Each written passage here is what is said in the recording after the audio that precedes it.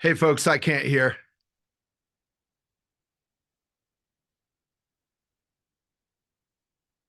Can you hear me?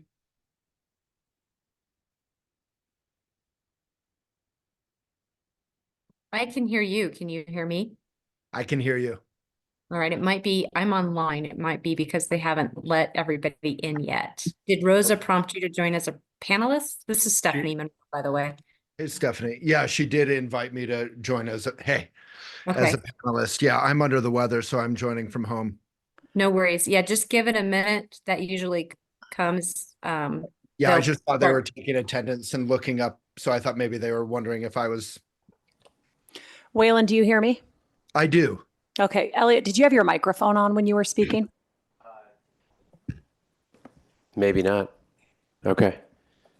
We can hear you now. Thank you, everyone. Okay. So we should note for the record that we have 4 board members who are present in chambers here, and we have one who's online, Waylon. We have a few absent, so we have quorum. And Waylon, you can hear us? Perfectly. Thank you. Okay, great. Okay, and we've approved the agenda. So number 1 issue on the agenda is future board items and tours. Thank you, Mr. Chair. And with that, I will welcome everyone to our newly improved council chambers. I'm Allie Rhodes, for those watching, Director of Parks and Recreation. So this room has been fully upgraded. The digital technology is highly improved to facilitate that virtual or hybrid experience. And so you will want to make sure always that you mic and unmic. It's more important than before than it was in old chambers. And then other things just to note on your upcoming agenda, you do have an item for action at the June meeting, and I call that out because quorum will be critical. It's always important. We can't have a meeting without quorum. But you will be taking a vote tonight. You have a discussion item to talk about the name for the Park on Violet, and at June you will take action on that. We're very eager for that conversation. You also, your budget conversations will advance from a matter from the department to a discussion item, and that's to prepare for action anticipated at your July meeting. Other just fun things happening in the department that I hope you're aware of. This weekend, we will host tens of thousands of people in the heart of Boulder and our civic area and on the Pearl Street Mall for activities related to the Boulder Creek Festival and the Boulder Boulder. I hope you folks can get down there and check it out. I truly believe this is Boulder's best weekend, and it's where you just see all kinds of people doing all kinds of things. The only other highlight for you, I want to just note, July is Parks and Recreation Month. Next month, you'll hear from us about just the scheduled activities. That's a nationally organized event that we participate in, really just an opportunity to celebrate both the benefits that our system provide, but the teammates who deliver it. So we're looking forward to that. That date on Flatirons, July 26th, that is in pencil. It will be confirmed at the June meeting. We will wait pending the final liquor license hearing that is scheduled for mid-June. So once that is complete, we'll be able to put that in pen and send you all a calendar invitation to open our newest facility. And with that, I'll hand it back to you, Mr. Chair. Thank you. Just so I'm aware, are we doing, because we typically do consent agenda before public participation, just to kind of get that out of the way. Was this put before for a particular reason? Is there like a scheduling conflict with anybody who's participating? Thank you for calling that out. I thought we were going to propose that when we discussed the agenda, and I'm sorry we missed that. We would love to propose switching the order tonight because we have 3 members of our community who are community connectors for the Park on Violet who would love to talk to you about that project. And so if you don't mind doing public participation before the consent agenda, that would facilitate their attendance. Great. And that's how it's currently listed, so we don't have Great. to amend the agenda. Great. Okay, so we have, let me just read my little intro salvo here. This portion of the meeting is for members of the public to communicate ideas or concerns to the board regarding parks and recreation issues for which a public hearing is not scheduled later in the meeting. Tonight, there are 3 people who have signed up: Sarah Malin, Paras Lemsal, and Bernardo Padilla. During this public participation time, the public is encouraged to comment on the need for parks and recreation programs and facilities as they perceive them. All speakers are limited to 3 minutes. Depending on the nature of your matter, you may or may not receive a response from the board after you deliver your comments. The board is always listening and appreciative of community feedback. Rosa, will you please present the additional guidelines and then call on our first speaker?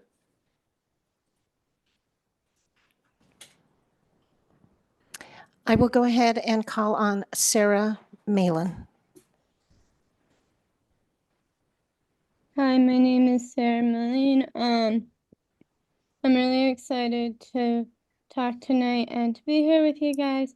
I'm one of the community connectors for the new park on Violet Project. Community connectors are people that go out into the community and represent voices that were formerly marginalized or oftentimes get overlooked. I'm the community connector for people with disabilities. I feel this is an important role because as somebody with a disability, our voices oftentimes get overlooked, and as a result, they get underrepresented.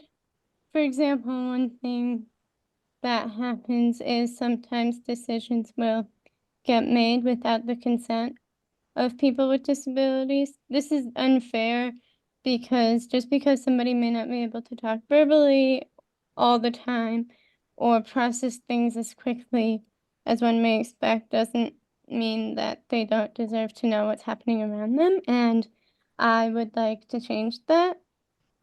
The new park on Violet has a name called Primos Park. To me, this means a place where you go and hang out and it feels like home, and I want this to be a inclusive, accessible, and welcoming place for everyone. Thanks again for having me speak tonight. It really means a lot. Okay, thank you, Sarah. We really appreciate your feedback. The next person is Paras Lamsal. Elliot, I don't have Paras online. We'll go to Bernardo. Okay, Bernardo? Good afternoon to everybody. My name is Bernardo Padilla. I'm one of the community connectors for the future of the park next on Violet. And this name brings back, Primos Park brings back many memories of my youth. Growing up in Boulder, Colorado, and attending Washington Elementary when it existed, I had the awesome privilege of going to a bilingual school that taught us two different languages, English and Spanish. This was the case for all my peers who were all from different backgrounds. Once we got into high school, the same group of friends started to call each other primo, cousin, or cuss. This stuck with us until this day. For me, the word primo isn't just a blood-related relative. In this case, cousin to me was used for anyone who felt like they were more than just friends. This was used for friends who were more like family, no matter where they came from or looked like. There were no boundaries, just friendship to the fullest. This made more sense when we first were having people over at the park site. We had the great opportunity of seeing the example of the true meaning of the word primos.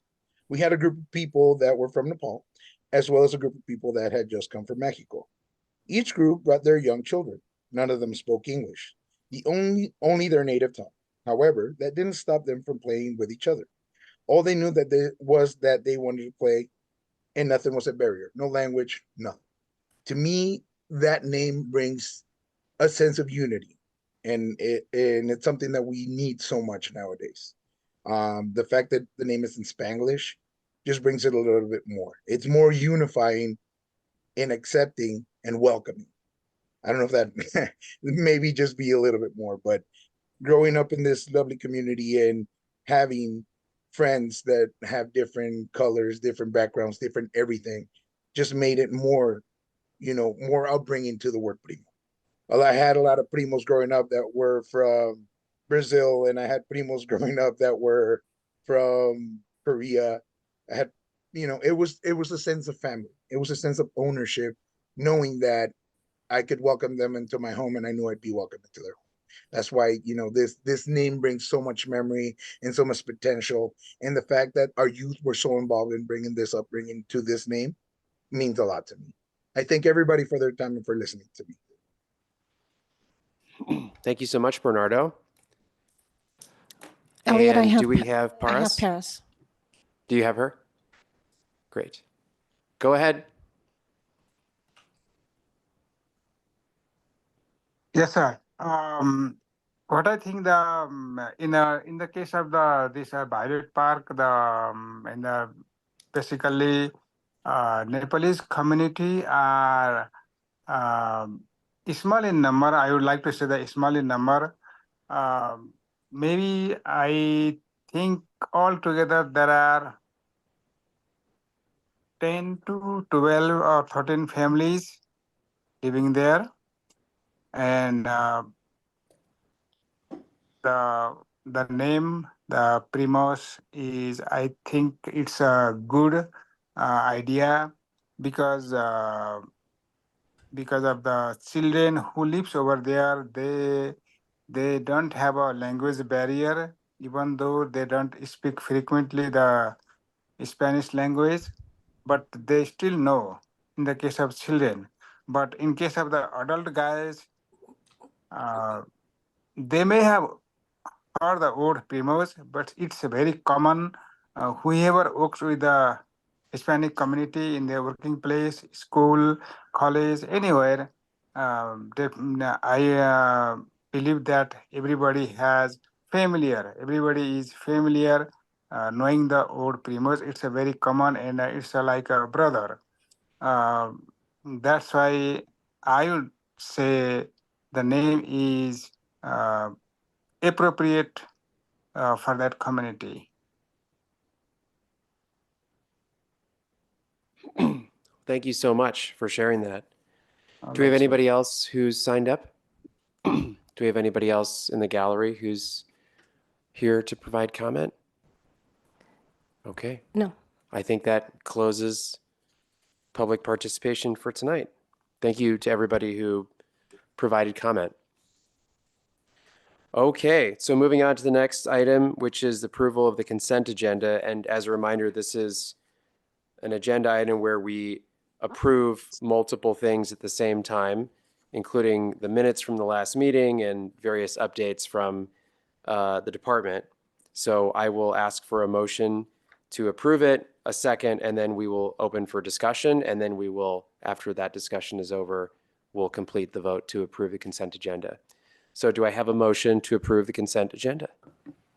I motion to approve the consent agenda. Thank you, Jenny. Anybody want a second? I second. Okay, Anna, thank you so much. Any discussion on any of the items in the consent agenda?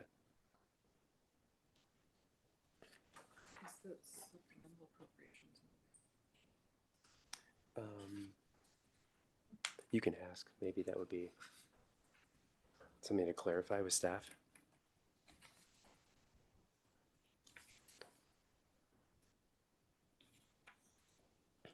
I just had a question. If on page 7, the adjustment to base supplemental appropriations, is that part of the consent agenda or not?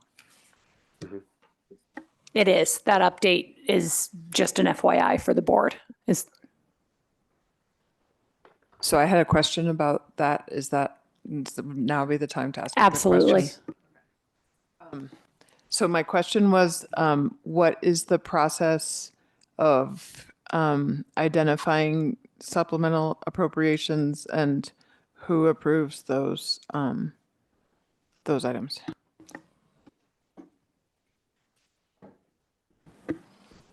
Is this working? Okay. Hi, Anna Jackson Height, Business Services Manager. The process is really staff-driven. We identify any supplemental revenues that have been received, grant revenues or donations, as well as any project carryovers, and then we submit those to the central budget office. Central budget then rolls those up and reviews those with the executive budget team, and then those go to city council. So the first reading was last Thursday, and this Thursday. And it goes through a 2-part process with 2 public readings and then adoption of the adjustment to base. So there are like additional priorities that staff identifies. Is that correct? all of these have already been identified within different things that the PrEP has talked about. So grant revenues and donations goes back to the department plan focused on supplemental revenue or non-traditional funding sources. Other examples are equipment purchases that have are just replacing like for like equipment. And then we do have carryover between years regarding the same project. And then in terms of prioritizing different supplemental expenses, how is that done? I think what you're asking, Anna, is so, and just to summarize, so an adjustment to base. So last October, City Council approved the 2024 budget. With the adjustment to base, we're either asking that new revenues be recognized or new expenditures be approved. So the revenues being recognized, the Health Equity Fund, so with expenditures, there's not, I hear your question about if they're being prioritized. Typically, the question is, so something is coming in that is more expensive than what was in the appropriated budget. So the question for us is that something where that expense can be absorbed or we need new money? Or is there additional money that wasn't approved in this budget that was approved in last year's that we want to carry over to be approved to spend this year?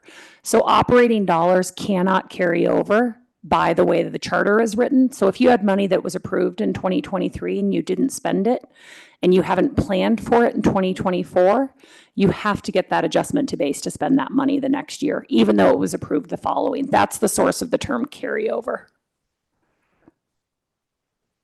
Thank you. Are there any other questions from the board about the consent agenda items? I had two questions. In the update, it's mentioned that the Boulder Creek will, you're working on PFDs and for the Boulder Creek safety.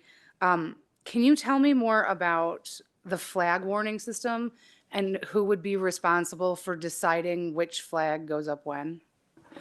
I believe Regina Elsner, our senior manager there, she is. She's been leading this project with departments across the city, and I'm going to let her share more about that. Yeah. So a little bit about the flag system. So for those of you that are maybe familiar with the way that Jeffco Open Space and City of Golden manage Clear Creek down in Golden, they utilize a flag system that changes based on the flow of the creek. And basically it's a different kind of, it's a tiered warning system to just give folks and visitors a little bit more sense of what's going on in the creek and how they can recreate safely. So related to the decisions that were made around the 2024 season for Boulder Creek, because that's actually quite a large conversation that involves the sheriff's office and other outside agencies, we opted to go with really trying to provide our recreationists more information, as well as some different signage options around making sure they know where it's safe to take out from the creek when they're recreating, as well as some installation of what we're calling kind of locational markers that are similar to mile markers to help improve emergency response when there are emergencies in the creek. Does that answer your question? It does.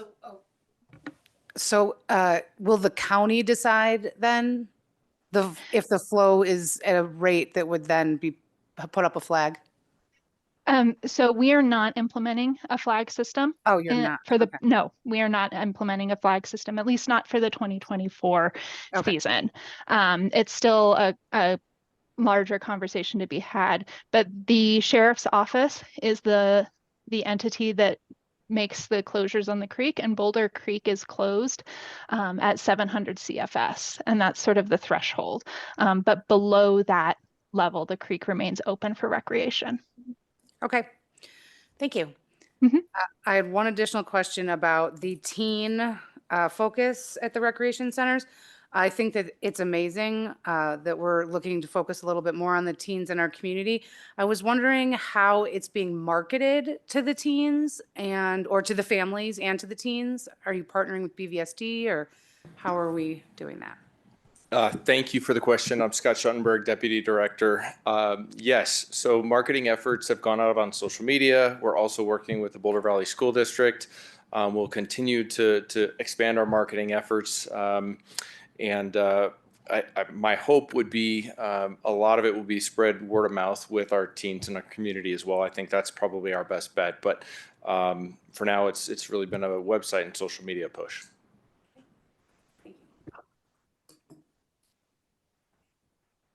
I don't know if I can just jump in, but I got a question. Yeah, Waylon, go ahead. Just to follow up with Jenny and Regina, if I may, just because I think last year we lost three folks drowned in the creek last year. Is that right? Mm-hmm. Yeah, and a lot of the safety efforts probably is very difficult for us to reach the people who need it most. I mean, if you hang out by the creek, there's a lot of drinking and kind of casual use of the creek where you're probably not reading any sort of, common sense notes or taking drowning classes. So I'm just wondering if there's any kind of encouragement. We probably don't want to get into requirements, and I'm sorry if I'm wasting time here. I'm just trying to level up a little here in terms of wearing a helmet, knowing how to get out of one of those, I don't know what you call them, but when you get stuck underneath, Right. Let alone wearing shoes, because there's a lot of people who are actively drinking and doing none of those, haven't had training, don't wear shoes, don't have helmets, and then just signs recommending for families and children. A lot of tourists may not know the safe areas. Right. So the signage is really based off of some best practices informed by our Boulder Fire Rescue colleagues, and particularly the Swiftwater team. And so it is, and it was informed through conversations with both our city manager's office, city attorney's office, as well as risk management, to really try and provide our community members additional information how they can recreate more safely in the creek, with the caveat that the creek can be dangerous at all levels, whether it's high flow or low flow, and just trying to provide them some, like you said, some of our visitors with additional information. And sort of the informational signage is going to be placed at various locations along the creek, all the way from the western city edge all the way through Broadway, and we strategically located those for areas where there's access, lots of people coming in from parking lots, so that they are highly visible, trying to make them big, visible kind of signage so that they'll attract the attention to really get folks thinking about what does it mean to recreate more safely by the creek. Yeah, wonderful. I know it's a complex thing. You don't want to put rules in that will just get ignored and all that. Sorry, go ahead. Right. I was just going to suggest that, Regina, you also provide a brief update on the ranger presence that we expect this summer along that, because Waylon, what I think I hear you saying is maybe there's some folks who aren't going to read a bunch of signs, and that there's definitely a multi-pronged effort here. Yeah, there is definitely. Our rangers are down along the creek quite frequently, and there is a lot that they can do as far as informing and educating our community around, like we can't have glass bottles, open alcohol containers. Those are against our rules. So they can help inform and educate around some of those things, as well as provide citations if that's necessary through progressive compliance. So, so there's definitely a multi-pronged approach as well. Trying to get out messaging, communication, social media pushes, all of those different pieces to help make sure our community can be as safe as they possibly can be recreating in the creek. Yeah, I'm only spending a little extra time on this because I know, if we lose another 3 people, we'll all have wanted to make sure we kick the tires on that. Is there any kind of coordination with Visit Boulder or tourism to let families know, like the area around the library is so safe for children, I think, or? I've had some very preliminary conversations with the Visitors Bureau, especially as it relates to some of their Leave No Trace work that they're doing through the Visitors Convention Bureau. I think that is a partnership that we should continue to explore and continue to build, as well as other potential relationships and partnerships with business community and things like that, our outfitters, to really make sure folks are getting that safety messaging. But again, for the 2024 season, we sort of had to prioritize with limited resources and staff where we thought we were going to have the most impact. And that was really trying to get the information out in the field where people might see it first. Yeah, I know it's really complex and difficult, so thank you. And I went to the recent Ranger event at the Ebongi Fine. I was still sick, but it was a great event just last week, I think. Yeah, it was awesome. Thank you, Regina. No problem. Thank you.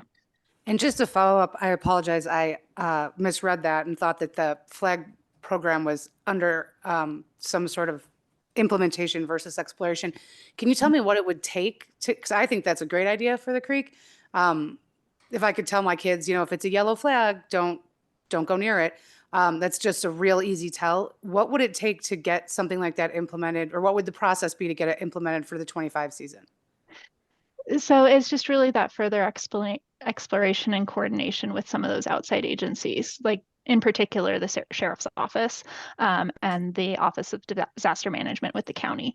And so that's primarily the biggest one right now, because they have that control over the creek and the closures.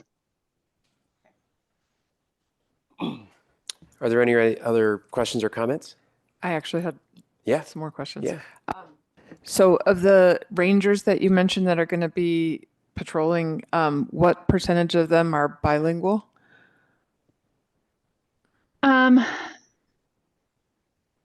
Trying to do the math in my head.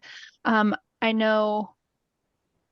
believe at least one of our seasonal rangers is bilingual.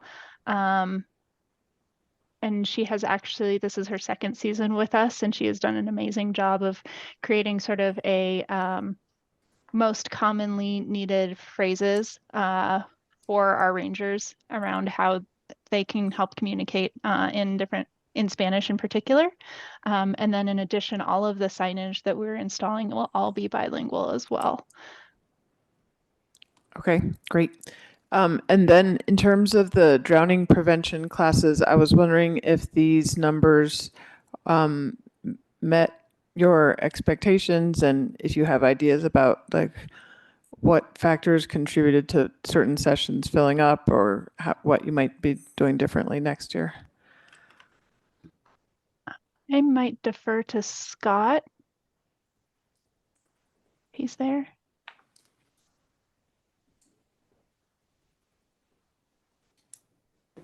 Yes, I'm here. I'm sorry, can you please repeat the question?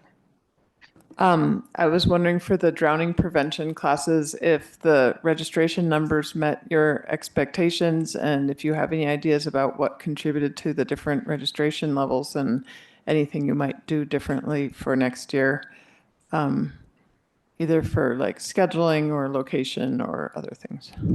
That's a great question. And I will say, yes, I think we were excited to get people signed up in advance. And there's pros and cons to doing registration versus just walk in, drop in, being able to join. And we are really excited. On June 20th, we're going to be doing the world largest swim lesson day. And so that is coming up as well. And so we're hopeful that we'll have a really good turnout for that event. I think as we continue to offer it to the entire family versus just the children in the community, I think we're going to have some really great turnout. And so it's still been a little bit cold outside. But as it warms up and we start to activate the outdoor pools, I think we'll have a lot more participation with the drowning prevention. Thank you. Well, thanks. Any other questions from the board? Okay, great. We have a motion and a second to approve. So all in favor of approving the consent agenda, say aye. Aye. Aye. All opposed? Okay, the consent agenda is approved with no amendments. There are no action items And we have one matter for discussion information, which is the recommendation to name the park on Violet Avenue, which I'm really excited to hear. So I'll turn it over to you. Thank you so much, Mr. Chair. And joining me on the dais are Senior Landscape Architect Darren Wagner and City Planner Charlotte O'Donnell. And they'll tell you more about this incredible process and amazing place.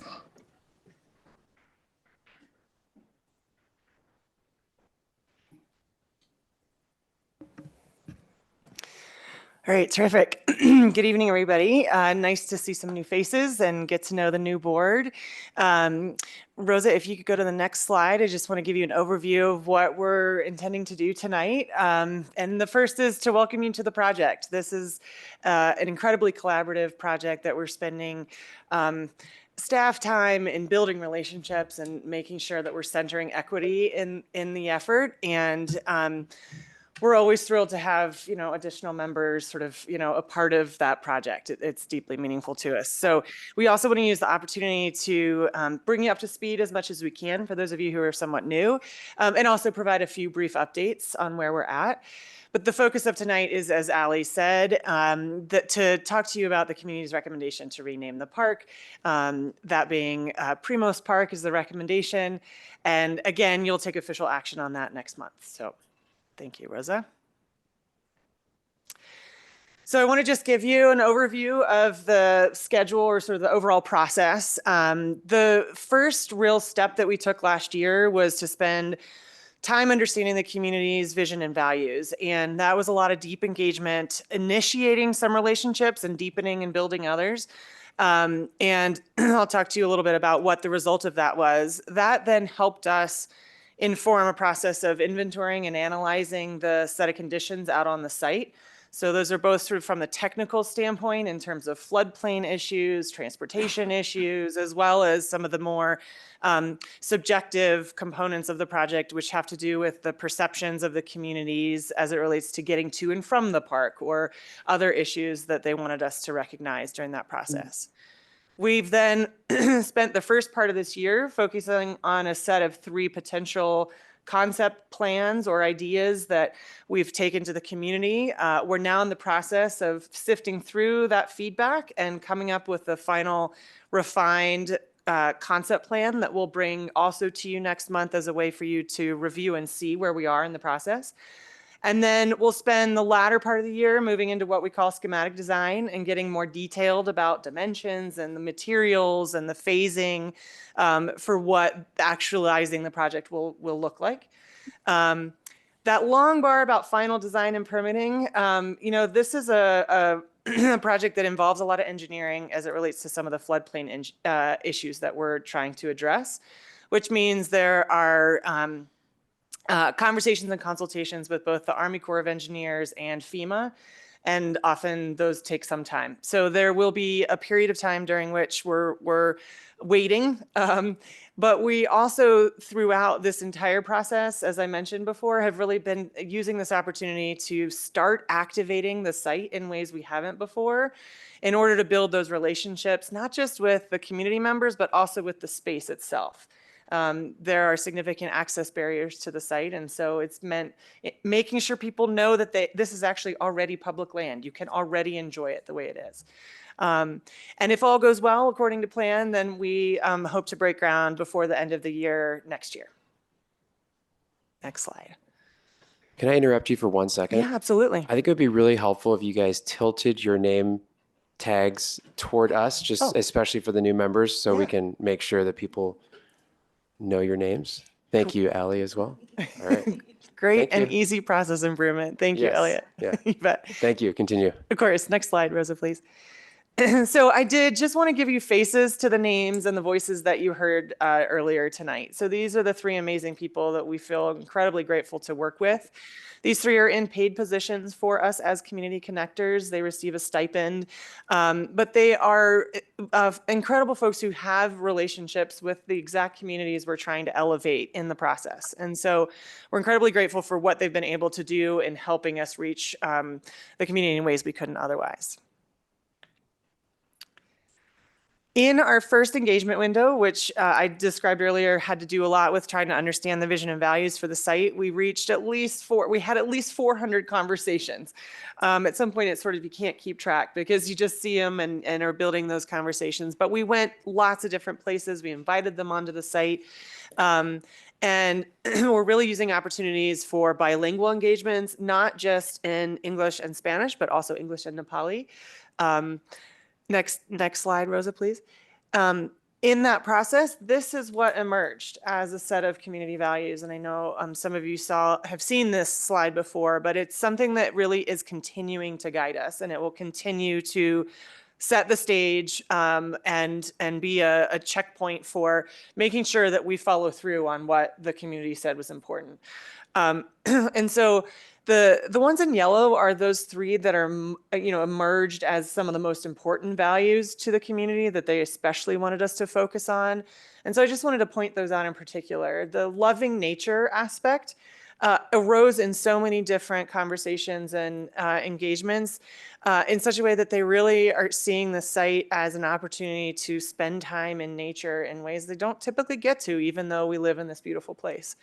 Community gathering is another important concept that, you heard Bernardo earlier tonight talking about wanting to bring everybody together and to feel welcome in each other's spaces. This is a theme that also emerged strongly, as well as food, arts, and culture. And in using the space as an opportunity through design, but also activation and programs and events as a way to celebrate the cultural experiences of a lot of the neighbors living in this community. Next slide. So one of the other sets of questions that we were asking in the first engagement window was around, what is it that you want to do here on the site? And for some who had never really been to the site, this was a hard question. And so that's why it's taken us time to help them see and experience and imagine what could be done there. And in others, it was easy. So you'll see like the most popular one was water play. We asked a lot of these questions when it was hot in late summer in August and in September. But also things like swinging, sliding, going fast. There's this element of risk and adventure that some folks are wanting there, as well as just getting to play and be free out there in nature. But also, seeing that they want to use this site throughout the year. It's not just a summertime activity. And so we're trying to take that to heart also in terms of thinking about what is a year in the life actually going to look and feel like when this is fully built out, so that we can design for those activities that they want to do. Next slide. Part of that inventory and analysis process that we conducted, I just wanted to highlight one aspect of that for those of you here tonight, because this is essentially a desktop analysis that was done with help from our consultants to try and understand how community members are currently getting to and from the site, and what issues there are in that process. So it was easy enough sort of from a one standpoint to sort of say, okay, well, there are no sidewalks here. So that's clearly a problem. And we could make some assumptions about, what it feels like to be out along Violet Avenue, for example. But this was just a start in the process. And so Rosa, if you could go to the next slide. What we did is then, and you'll just click with me for a second here. So that first picture that'll show up here is that we took these initial findings to the community in what we called a roll and stroll access audit. And you see a picture here. Again, there's Sarah, our community connector, in the middle, as well as Angie Jeffords, the executive director of the Play Foundation, who is a huge partner in this process of understanding safe routes. As well as a staff person from our transportation department. So they're out here on this, they're one aspect of this community audit. And John in the wheelchair is actually getting the opportunity to see what it's like to move in a wheelchair. He otherwise does not experience physical disabilities. But we're giving him the opportunity to see what that's like crossing Violet at the intersection with 19th, and building understanding as we go. And then in the next picture, Rosa, you'll then see that Sarah, our connector, some of her disabilities are invisible, as she would say, and it makes it hard for her to stand and walk for long periods of time. So it so happened that wheelchair we were using to demonstrate with others became crucial for her to continue moving throughout the audit. We also partnered with the Center for People with Disabilities and brought those folks out to help us understand what issues we were seeing. And then in the next picture, Rosa, as we turn the corner into the Boulder Meadows neighborhood, we suddenly realized, and this is what you can't realize when you're doing a desktop analysis, is that, oh my gosh, these sidewalks are incredibly narrow. There are no curb cuts, so there are no ways for wheelchairs or strollers even to get up and down and off the curbs. And so you're forced down into the street. And if you can, maybe zoom in a little bit and you squint your eyes and see the expressions on people's faces, that is when the energy went down. It became hard and exhausting and hot, and feelings of, safety was an issue. And so the next slide, Rosa, we all ended at what will become the neighborhood entrance for the park.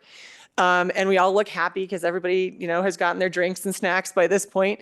But what's important to point out is that even just to get to this spot, again, there were no curb cuts. And so those who are always in a wheelchair and experiencing that need had to work hard or get help in order to get into this spot. And so we're looking in over the course of the summer in partnership with our transportation partners and national partners that we've assembled through a grant process. We're trying to think about some of the early action items that we can take to just make a difference initially, and use those as an opportunity to test out what is working and what isn't working, so that as we continue to go through the design process, we're making that better and testing as we go. Next slide. Thanks, Rosa. In the second engagement window, we also, as I mentioned, brought out a set of 3 different conceptual site plans. And this is a wonderful picture of someone we've gotten to know well. And she was actually the woman who brought and prepared the food for this community event. We've heard from everybody. They're the best tacos in town. They were incredible. And it built this incredible sense of community at the event itself, and people stayed. Yeah. Is that you, Lisa? That's you, Lisa. Yeah, I'm so glad you know her, Anna. Yes, exactly. And here she is looking at a picture of one of the concepts, which was, how do we bring food and culture and gathering into this space? So I really appreciate this picture because it's sort of helping her see and imagine how she herself, who lives in Boulder Meadows and runs this food operation, how she could be a part of the park. And like I said, we're refining and bringing our feedback together, and next month you'll get a chance to see the refined concept plan, so you can get your thoughts on that. Next slide.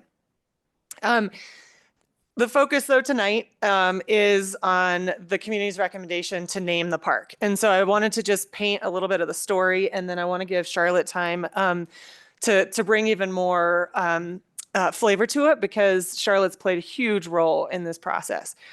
So we started out back in September with a chalkboard that we just put out on site and had it out there for a long time. And we had actually 3 versions of it, one in English, one in Spanish, and one in Nepali. And we just asked for all the ideas that would come up, and it would rain and they'd get washed off, and then we'd get more names. And there were beautiful, lots of great ideas. Rosa, if you go to the next slide. Fast forward then several months, we took those ideas to a group of participants in our Youth Services Initiative program.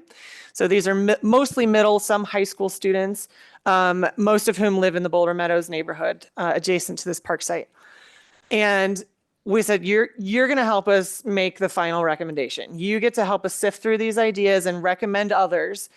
And you can see here that Bernardo and Paras, our 2 connectors, Sarah had not yet been hired, but so the 2 of them actually hosted these conversations. And they said to the kids, okay, so we want you now to also, before we make a final recommendation, to go out and ask your older family members, your aunties, your sisters, your moms, your grandmas, what it was like, what were their experiences as a kid? Out in nature, and have they been to this site, and what do they love? What ideas of naming do they have? So that's what you see a screenshot of on the right hand side, and this was all in Spanish. The kids themselves were able to write their notes in Spanish, and then we came back together with them and added those ideas to the list, and then they took a vote. Next slide, please, Rosa. And then What that initial vote from those kids resulted in is a set of 5 preliminary names that we then took to that community meeting in March. And what's beautiful about this picture is this young woman, Ale, she's 14 and she is an amazing young leader in this YSI program. And so here it was that she was actually, and the other YSI kids, leading this particular station at the community event. So they were the one answering questions, helping everybody else vote on those top 5 names. And then also there was a station there where young kids and of all ages, and we even got older adults drawing us pictures where they got to choose their favorite name and then envision what that might turn into. If we can imagine a future where, you know, we have staff out on site and maybe they have a Primos Park t-shirt, what would that look like? So it was through this process then that we ended up with a final recommendation of the name Primos. And we have taken, next slide, Rosa, we have taken that back out to the community just to make sure that that's what they are truly looking for. And we've done that in several ways. We did the basics of mailing notice to everyone in a half-mile radius, but we've done it in other ways. So this is a picture where families have come out to our site, to that neighborhood entrance location that I mentioned, and just spent time out there in nature with each other, meeting new friends. And this is made possible through a partnership that we have with Growing Up Boulder. And they've built relationships with the preschools in the area and families in the area who have young kids. And it was 3 successive events out there that in total, each time it was about between 40 and 60 people that would show up to these events. And so we had those opportunities to say, what do you think about this name? Is this what you're looking for?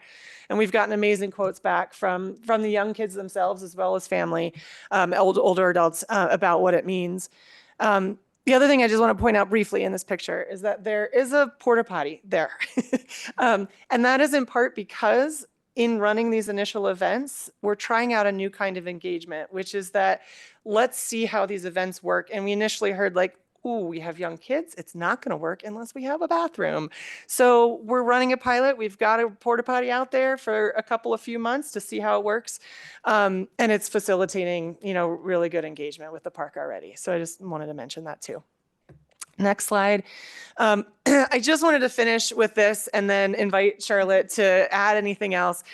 You heard Paras earlier talk about how, relatively speaking, the Nepali community in the neighborhood is small compared to those from Central and South America. This was actually an experience where Mark and I were out on site, and I had to bring my 2 daughters because I had to pick them up from school. And so they had to come with me and be with mom at work. And we happened to run into this set of kids from Nepal who we've gotten to know through some of these events. And same thing, they had learned English, but still there were some barriers. And as you heard both of our connectors talking about tonight, that didn't matter. My girls, they all just started playing naturally and burying each other in the sand and in this real beautiful expression of what it means to be family, no matter those barriers.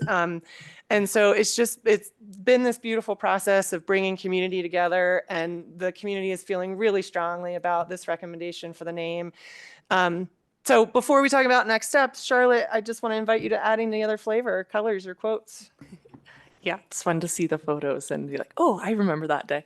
I'm Charlotte O'Donnell. I'm a city planner with the Parks and Rec Department, and I have helped, as Darren mentioned, in this naming process, and was also involved in the Naming Histories project that we did a couple years ago that you got a very brief snapshot and a link in your memo to more information about that. And so just really exciting to get to talk to the youth about, you know, what's in a name, what does a name mean, and see this name emerge in Spanglish and how that's reflected what they hope for in the park, that they hope to hang out with their cousins, that they love living near many of their cousins, that this community has a lot of people that they consider honorary cousins. It's been really amazing to hear those stories. It's also been great to get to teach folks that primos means cousins if you don't speak Spanish, and everybody gets to now have that word in their vocabulary and that meaning behind what primos means. And some of my favorite moments have been talking to kids and saying Primos Park, and they instantly get it. They say, "Oh, I want to bring my cousins here," and they speak English and Spanish, and they just know. And there's a light that turns on, and I'm excited to see what that means to them as little kids, and then also as they grow up to know that it's a place where they belong, and it's something that reflects them. It's for them. It's by them. It's their park. So it's just been a wonderful process so far, and so happy to talk about next steps, I guess, Darren. Yeah. Before we answer questions. Next slide, Rosa, is just our last to give you just a preview of what's to come. So again, you'll get to vote on this name next month, as well as preview the concept plan. There is an event at the North Boulder Library, something we're not organizing, but we'll have a presence at, and that's to celebrate the grand opening of that new building on June 29th. Our partners at Growing Up Boulder will continue to engage young children out on site with us throughout the summer. And then we'll move into initial city permitting over the summer just to get some initial feedback on that concept plan. Look to do some early action on the improving safe routes to the park, as I mentioned. There is also another save the date for you on Saturday, July 27th. The community in Boulder Meadows will be hosting a neighborhood block party that we're a part of. And then we're looking to apply for a grant application through the Great Outdoors Colorado grant program. And we are looking to fill the gap in some of the funding issues that we have. And then you'll get a chance later in September to look at the schematic design as that advances too. So with that, I'll close and invite any questions or comments. Any questions or comments from the board, including those online? Jenny? Sure. I just wanted to say congratulations on a job very, very well done. I think the community engagement that you mentioned throughout these slides, and I'm new, so I haven't kind of been here for the whole process, but the community engagement that you mentioned, I think is really an amazing way to do it. And it should be used as a case study or an example for projects through all the different departments, because I think that using the community connectors, getting out, making sure that you include the Center for Disabilities, for people with disabilities in these decisions is really, really crucial. So I wanted to say thank you for that. And I think that the name is amazing. Cousins are my favorite thing in my family too. So I like the way that the community connectors talked about that the park feels like home and unity and more than just friends. Like those are just wonderful ways to describe people and places. So just congratulations on a job well done. I'm really looking forward to voting on the name. Anybody else? I second everything she said. Yeah. Waylon, looks like you've put up the peace sign, which I think means you'd like to say something. Yeah, just briefly. It looks like it kind of naturally, just a question, connects or nearly connects with the library. Is there some, I'm having trouble seeing your video, but is there some connection plan for that? Because that seems like a natural, delightful connection. There is, Waylon. This is Darren Wagner. Yeah, absolutely. So it's both in terms of the physical connections, which we'll be making, as well as the programmatic connections in terms of eventual story walks or programs that the library is really excited to lead in the park space. So we've been working hand in hand with them. They'll be working on constructing their outdoor space this summer. So even though they're hosting that grand opening in June, that's for the building itself. And then the outdoor spaces will continue to get built out over the summer. But yes, absolutely. It's a great question. It's one of those amazing adjacencies that you kind of always hope for, and it doesn't always happen. So yeah, wonderful. Yeah. Thank you.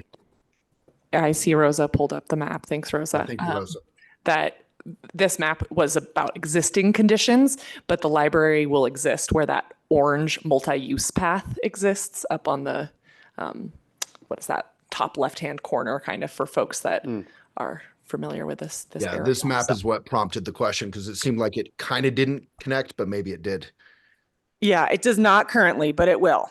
Great. Yeah. Thank you.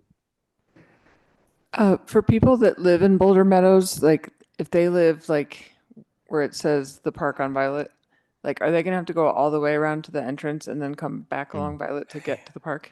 another fabulous point. So the fence itself that exists between our park site and the neighborhood is on the property management company's land. So it's just across our boundary. You'll see if you go out there, a number of neighbors along there have cut some gaps in the fence so they can get out there. So there are some that really do want to visit the site. And then there are others who feel like it's important to have that from a safety perspective. So the details of what that design will look like are going to have to emerge, especially as we go through the engineering process of accommodating floodwaters through there. But we absolutely have heard that at the very least screening is important for neighbors who live immediately adjacent. And there is a pathway that the library has just connected into the west side of the park, the mobile home park. And so we'll be able to tie into that at the very least, as well as on the east. Yeah. Great. Any other comments, questions? I have a couple. So one is, what was the spark that, like, the genesis of this idea, this undeveloped tract of land, at what point did we as a department or a city say this would be a good spot for a park? And when did that happen?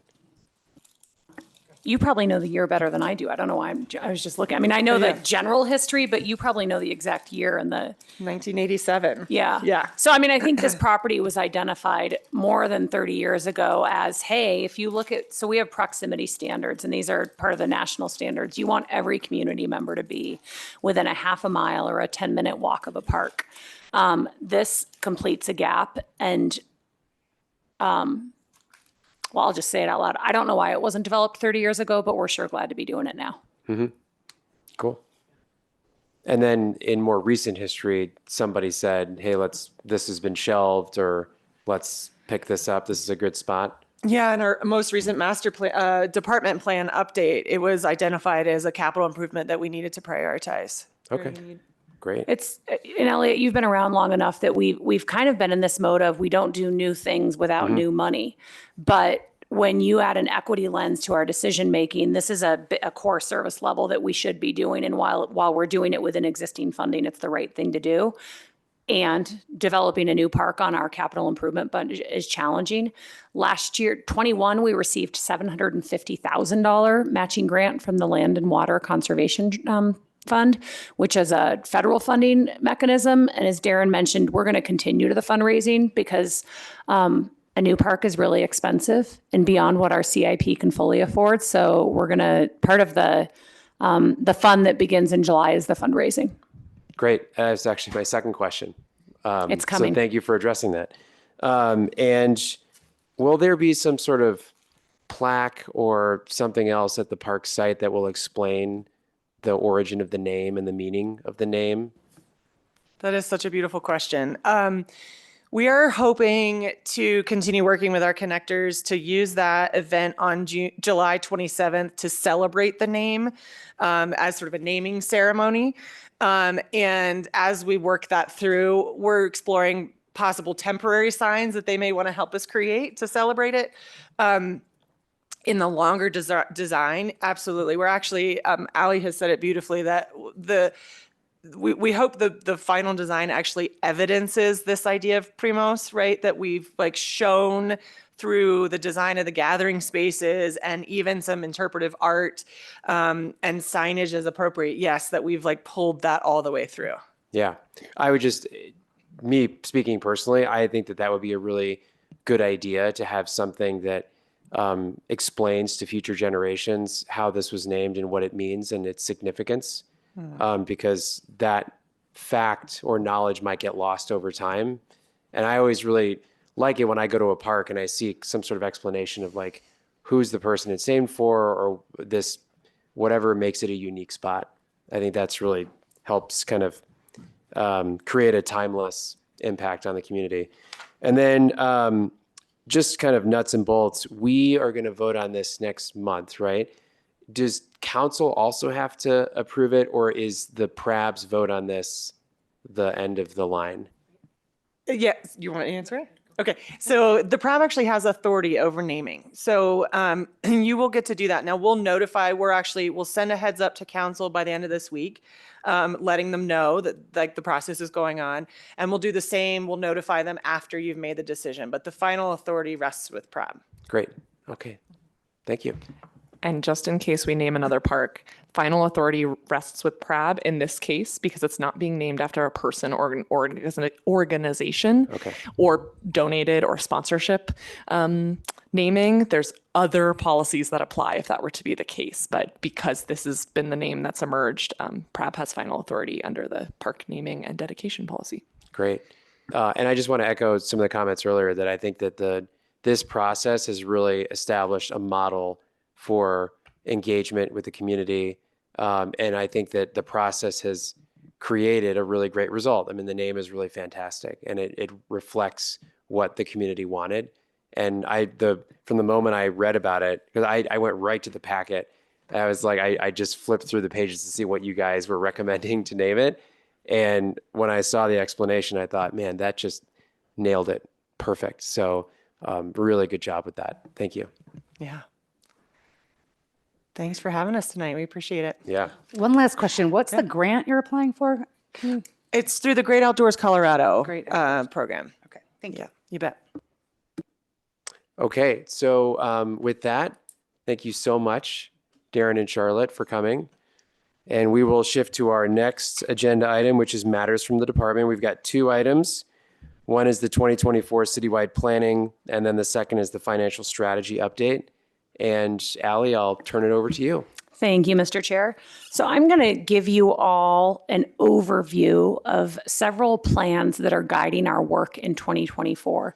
The intent of this item is awareness for you only, and so I have no questions for you. However, certainly I'll be available if you have questions afterwards. I'm going to go through most of it fairly quickly because the intent, again, is awareness of several plans that are in place. And really, this is responsive to a lot of the questions I heard last month. I listened to your April meeting in entirety. Again, Jenny and Waylon, I'm so sorry I missed your first meeting. But I heard a lot of really astute questions on how do we make decisions and how do we prioritize. And so the intent of this item is to share with you some. We have many tools in Boulder to guide decision-making. These are some of them. So I am going to dive in and try and do this fast. So this very first slide that you can see, and Rosa's going to advance for me, this is really just a framework on the... There it is. So this is a framework or a graphic to show how it all fits. And the reality is that every single thing we do should fit within this. And if it doesn't, we shouldn't be doing it. So at the top is the city's sustainability, equity, and resilience framework. This is a framework that is organized around 6 goal areas that describe the kind of community we want to have. And all of our outcomes should point towards those goals. They say that we want to be a safe community. We want to be a healthy and socially thriving community, and others.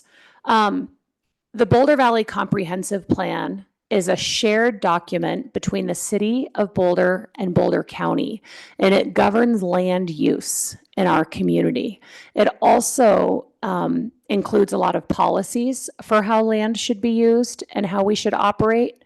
The Boulder Valley Comprehensive Plan also includes city service levels. So if you've heard the terms before of Area 1, 2, and 3, those come from the Boulder Valley Comprehensive Plan because in it we have outlined with the county the service area boundaries for the city of Boulder. And so if something is Area 1, it is within the formal city limits and gets the full set of city services, which are outlined in the plan. So for parks, that means there should be a neighborhood park within a half a mile and a playground within a quarter mile of every person.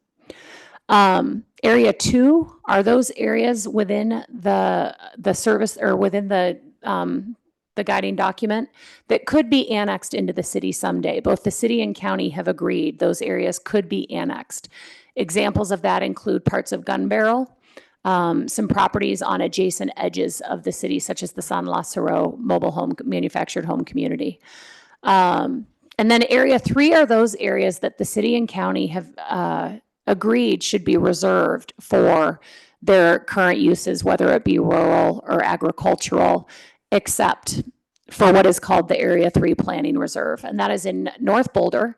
It is north of 28th Street or Highway 36 between basically Broadway and J. There's roughly 500 acres that are called the Planning Reserve. 200 acres of those are owned by the Parks and Recreation Department. And so you'll hear about the Boulder Valley Comprehensive Plan update coming up soon on City Council's work, and we'll talk more about that in a minute. The citywide strategic plan and the rest all trickle down from that. The thing I guess I'll point out from this slide is that at the core of it really are the 1,500 standard employees or more that make all of this happen. So let's go to the next slide and I'll talk about the citywide strategic plan.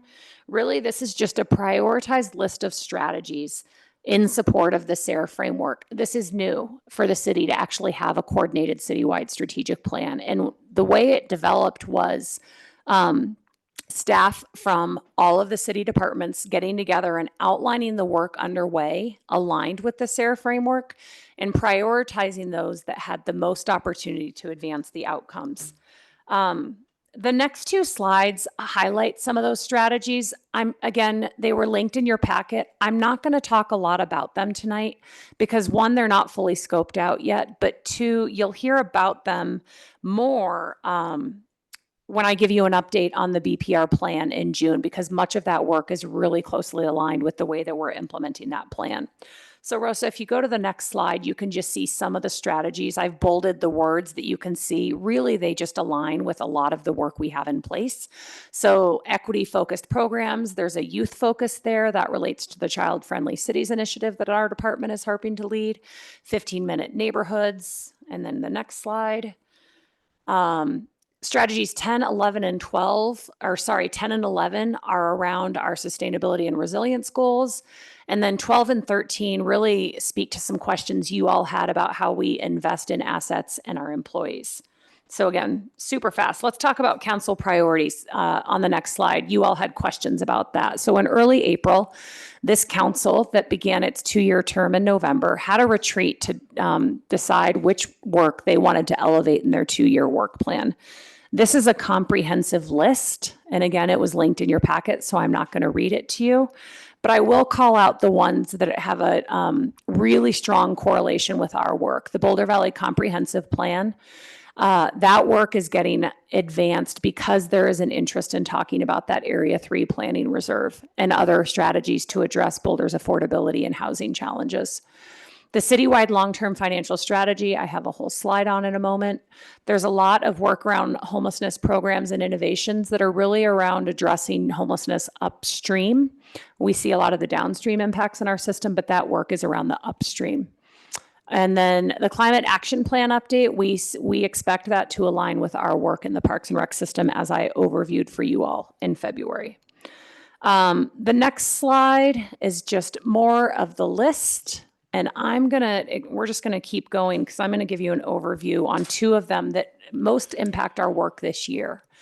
So one of their priorities is commercial area connections and quality of life improvements.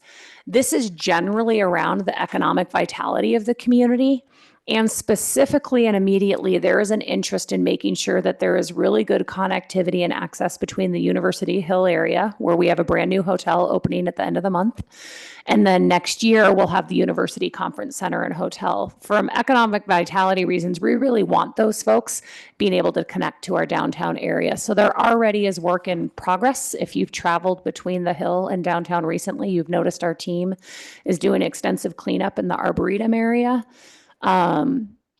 That enhances safety for Boulder High kids. It also just makes it easier and more noticeable that that is a transit corridor between the Hill and downtown.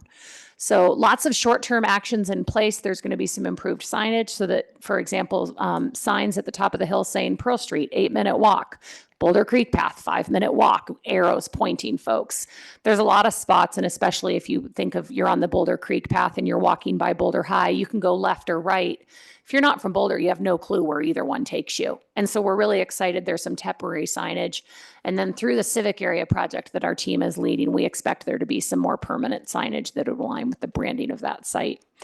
The medium and long-term work, which again, really closely aligned with the civic area project, is going to look at just the overall vibrancy of the commercial areas and the green space through a lot of the work that is possible when we improve that park. So we're really excited about it. The next one that I want to make sure you all know is happening is the long-term financial strategy. Last month you got a little taste of, and tonight you're going to get an even deeper recognition that we are having a significant financial challenge and that our costs are growing at a rate that is outpacing our revenues. That's leading to a structural imbalance, which is a fancy term for saying we're spending more than we make as a city, and we need to have some really hard conversations with our community. So we are going to continue to implement outcomes-based budgeting, and this will make sure that the money we are spending is effective and invested on programs that have the most outcomes that are aligned with that SARE framework. We're going to be defining core services and service levels. So that's where we look at everything we do and say, okay, here's what we can afford, and anything above that has to be a choice and has to come with funding. We're going to have a comprehensive fee study across the city.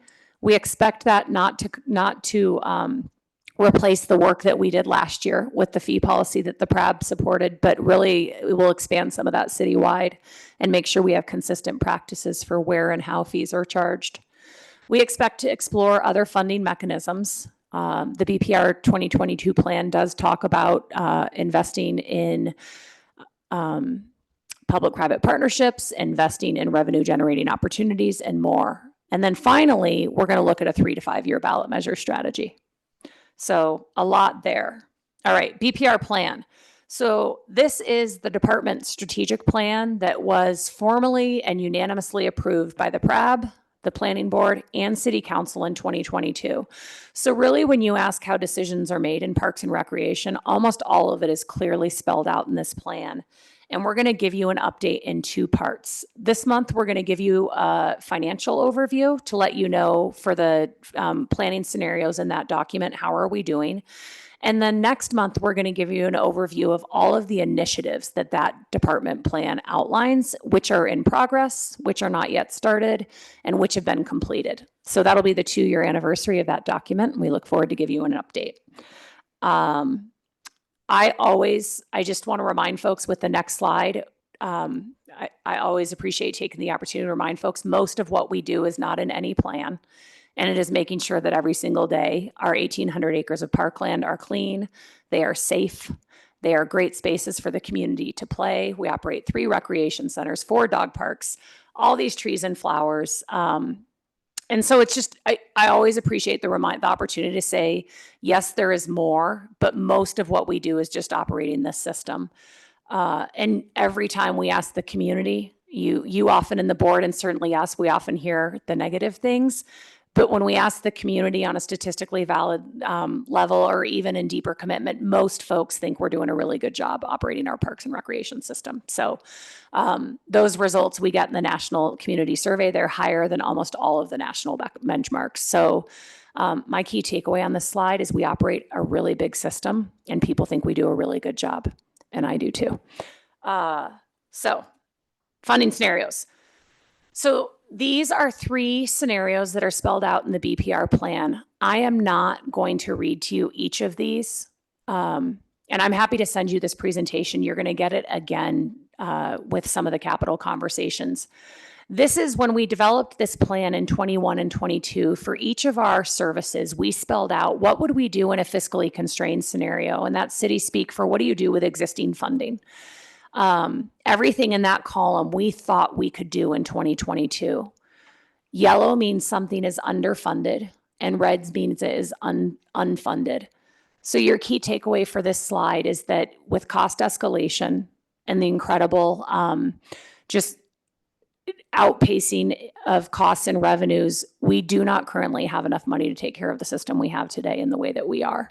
And so those service level conversations, prioritization, you'll be hearing us talking more and more about. Area 3, that is green because that is just a study of the land. So that is funded in the Planning Development Services budget and will come alongside as we look at how to use parkland. Next slide. As we talk at our facility, same thing, you see a very yellow story here. We thought we had enough money to start converting some of our artificial or athletic fields to turf so that they could see increased play. That is underfunded. The maintenance of our 3 facilities is underfunded. We have about $40 million for the East Boulder Community Center facility retrofit. The cost estimates are closer to 60 to 70. The court study, that is just a study again. So that was looking into courts, that is green. We have fit into the CIP recommendations to where we could build additional courts, but that'll again be a prioritization conversation. And so then if you go to the third scenario, this is our programs and services. What we said in 2022, recreation, it's been harder since 2020. Being a very fee-driven business, we've known even when we were developing this plan that to maintain the services, we would have to continue our fee increases. That is green. We are increasingly concerned about maintaining our discounts for youth and seniors. Our financial aid program, that's green, but I just want to make sure you see that that's green only because we said if we want to maintain our service level, it's going to be through grants and philanthropy. We knew taxes were not keeping up with it. Similar for serving people with disabilities. Youth and teens, again, we were unfortunate. This is green, but I say it's unfortunate. It's not a good green. We knew then that we could only expand services with additional funding. So although the services the team highlighted tonight at the recreation centers, those are not an expansion of services. They're just an adjustment in schedules. So that's some really creative thinking by our team to create more opportunities without an additional expense. So that planning background in lightning speed was just to give you a little bit of the framework. Hopefully those links will be helpful for you. They are ones that I would save for future reference. Jackson and Mark are going to talk more about the budget and the capital improvement. And again, in June, I guess this was very sobering. In June, you're going to get the strategic plan update that talks about the work we are doing to advance towards community goals that don't require additional funding. That'll be a little more lighthearted. But it is just really important for folks to know that we are struggling just even to keep up with the way cost escalation is outpacing revenues right now. And on that happy note, I'm going to wrap up and just know that we will come back to you in June, and I'll pause. And if you had any questions on any of that.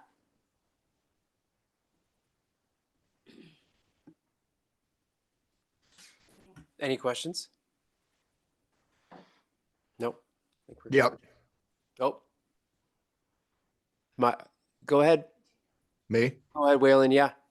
Hey, Ali, thank you. And yeah, I think Jenny and I coming from the campaign are sadly aware of financial constraints, and again, compliments for doing so much with what can feel like too little or be too little. And I've already asked you this question, I think, Elliot, but just to surface it generally, and again, I'm still ignorant on this, coming up to speed. In terms of fundraising or sponsorships, there's so much money in this community in private hands.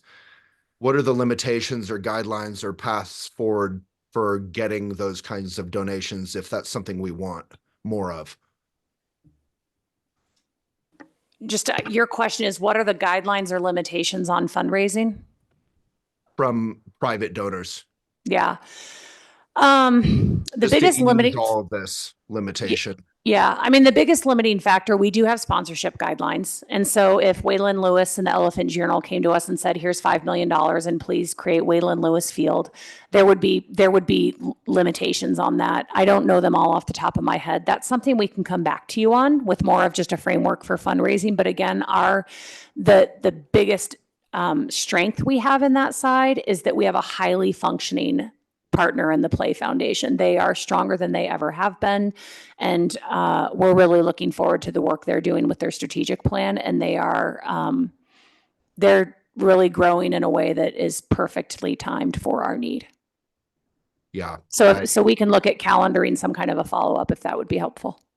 Well, that's something and I'm sure other members would love to try to help with, is some private donations, and maybe in terms of equity and, not having their name be on everything, but sort of sponsored by below a name like Primos that is inspiring for the community. Anyway, I'd love to help out with that.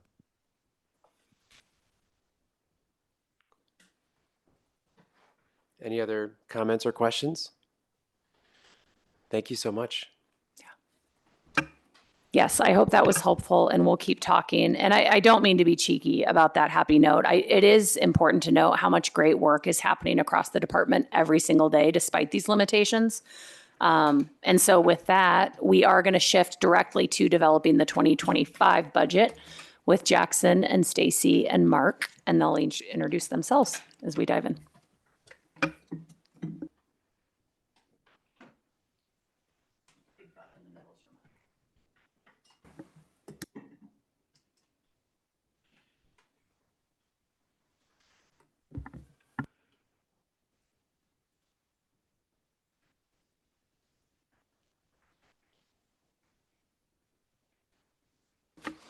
All right, thank you for the transition, and Ali for setting that up. I'm Jackson Height, Business Services Manager. I have Stacy Hoffman, Senior Budget Analyst, and Mark Davison, Senior Planning Manager with me. We are going to review the timeline for budget engagement. As your packet called out, we are slowing this down to take approximately 1 month longer, just based on some changes to the citywide budget guidelines. With that, we had historically budgeted on a one budget application at a time, and now we have milestones that are essentially building blocks that build on each other. So we're going to talk through the milestones with you so you have a better understanding of that. Generally speaking, we will be coming back to you next month with a discussion item, and then in July, we'll have an action item. We are going to be talking through both the operating budget as well as the capital budget. Operating budget will be just for 2025 appropriations, whereas CIP is for 2025 through 2030. We are only appropriating funds for 2025. Everything in the out years is essentially written in pencil. We do come back and request those appropriations every year. So we are in the midst of budget development right now with staff.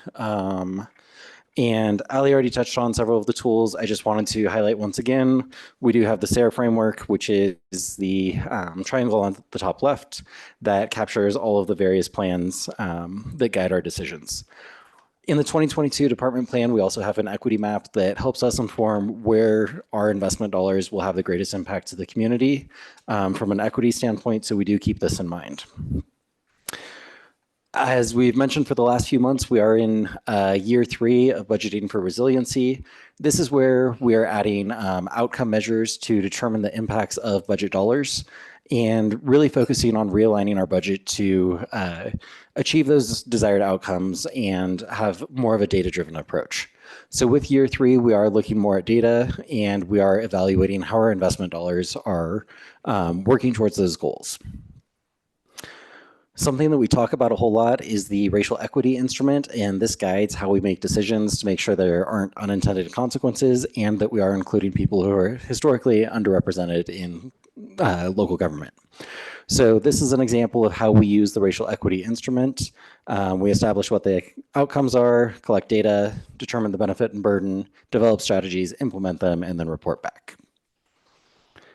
So with this, I'm going to turn it over to Stacy, and she's going to talk through more of the operating budget. Yes, so good evening, everyone. Stacy Hoffman. Nice to see everyone again. In putting together this presentation, you do have a copy in front of you. We thought it would be helpful just to kind of go over some budget development definitions, since we do have new PRAB members on here, and we do have new things for 2025. So for 2025 budget development, we have milestones, and this was implemented by Central Budget.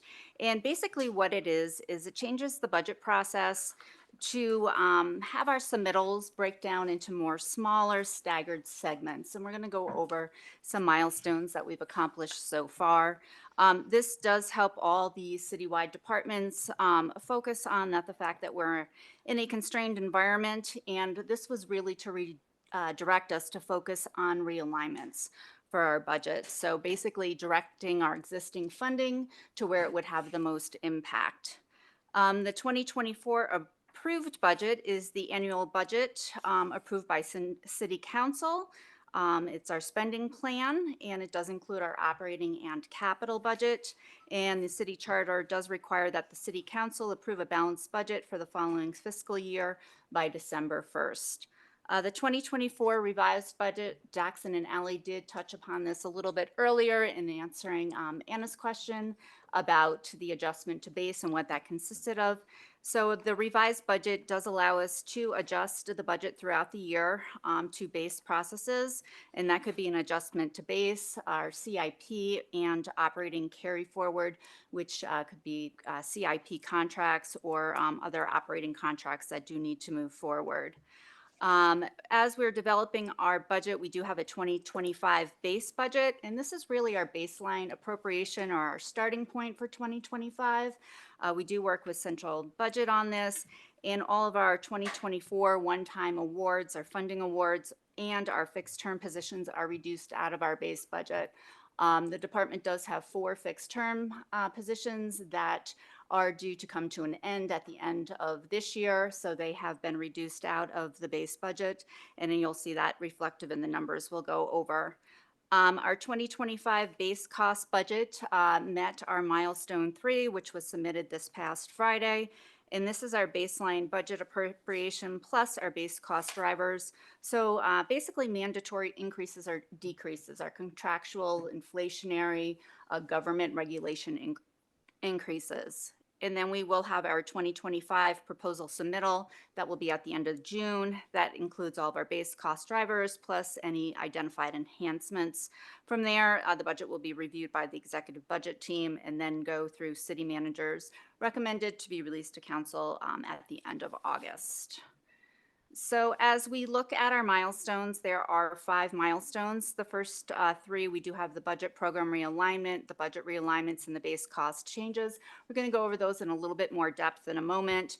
Milestone 4 will be that final budget submission, and then milestone 5 will be that final budget decision that I just mentioned. So to satisfy our milestone number 1, the first one is our budget programs. And budget program is basically how we organize our department. And it will basically have a description to it. We do want our budget programs to align best with our sustainability, equity, and resilience framework, and it will be categorized for like areas or work groups that have similar outcomes and performance measures. We did have a big realignment for 2025. The department now does have 7 budget programs because they best align with our SCR framework.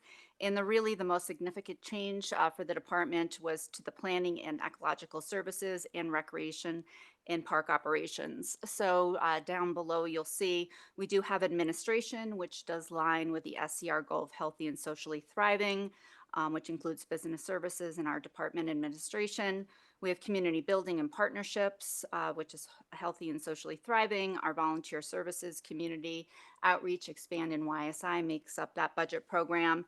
And then new for 2025, we have natural resources, which encompasses our forestry and natural lands, which is environmentally sustainable for their SCR alignment. We have planning and design, which is planning, construction, and historic assets, aligning with healthy and socially thriving.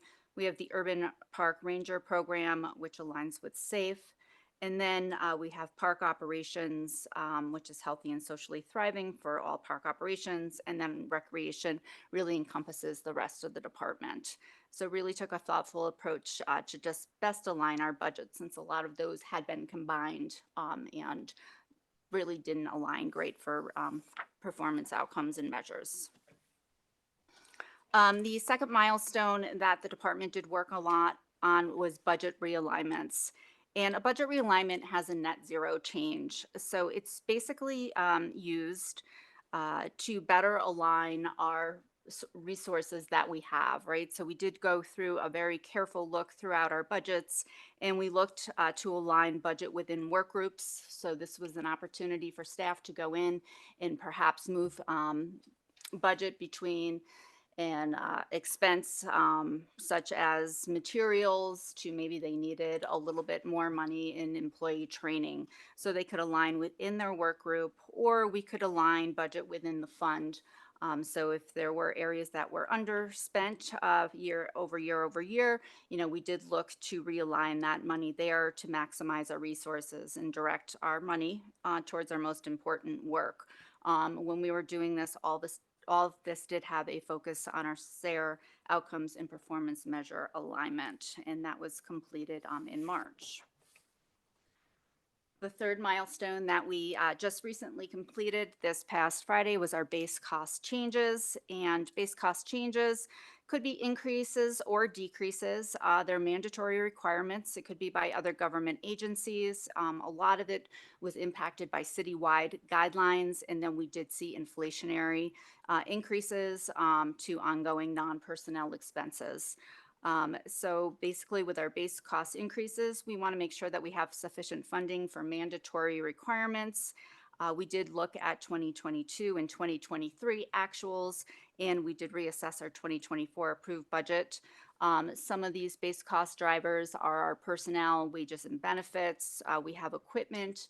We have our fleet that we looked at. We have energy costs, so gas and electric that are getting increased.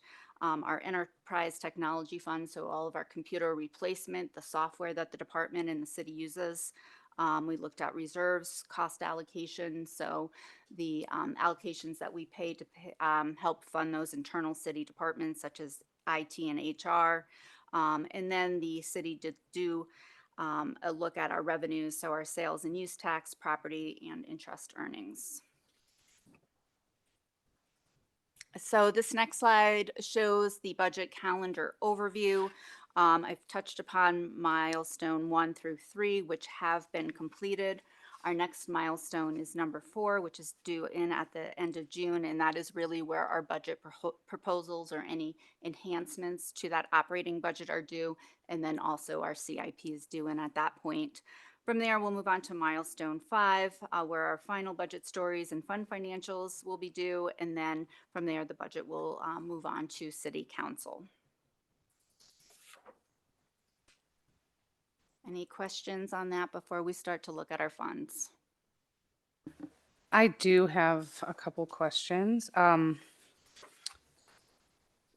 we looked at the Parks and Recreation budget programs with the SARE goal area for 2025, when you broke them out into ecological services and rec and park operations, were those existing, are those realignments or are those additions to the budget? So this was a new concept that we put in exercise in 2022, where it was our first step in our year 1 of our new budget processing. And all departments were asked to kind of align in their department into 3 or 4 budget programs. All right, so ours were rather large. We had planning and ecological services, which encompassed forestry, natural lands, planning, design, construction. And then on the other side, we did have recreation and park operations, which took care of all of park operations, Valmont, and then all of recreation. When we looked at it again this year, the budgets just really are too large, right, to manage. We couldn't really go through and be thoughtful as we're looking to do performance outcome measuring. We really want to have defined measures and targets and outcomes. And because the areas do operate differently, even though we're one department, we felt it was best to break them into those 7 different categories. So it's just a breakout. It's not it's additions. just a breakout. Okay. All right, great. And then my other question is, I'm wondering, we're talking a lot about inflationary increases. With non-personnel expenses, where do you find that inflation hits park and rec the most? Yeah, sure. So we have inflationary increases, which are base cost drivers for our utilities, gas and electric. Okay. We have the janitorial, which is projected to go up about 3%. We have trash removal across the city, which will go up 3 to 5%. So we are seeing inflation in a lot of different aspects. Just materials alone, right? All of our landscape supplies, our chemicals at our pools, also our chemicals. Really, our chemicals at the pools are a very large one. So they're varied. Okay. Great. I think that is it on the last few slides for me. All right. Great. Thanks for the questions. Okay, we are going to look at each fund here, and we are going to start with the general fund, which is a governmental fund. I have put on the slide for everyone the 2023 actual. We did come in about 91% to budget.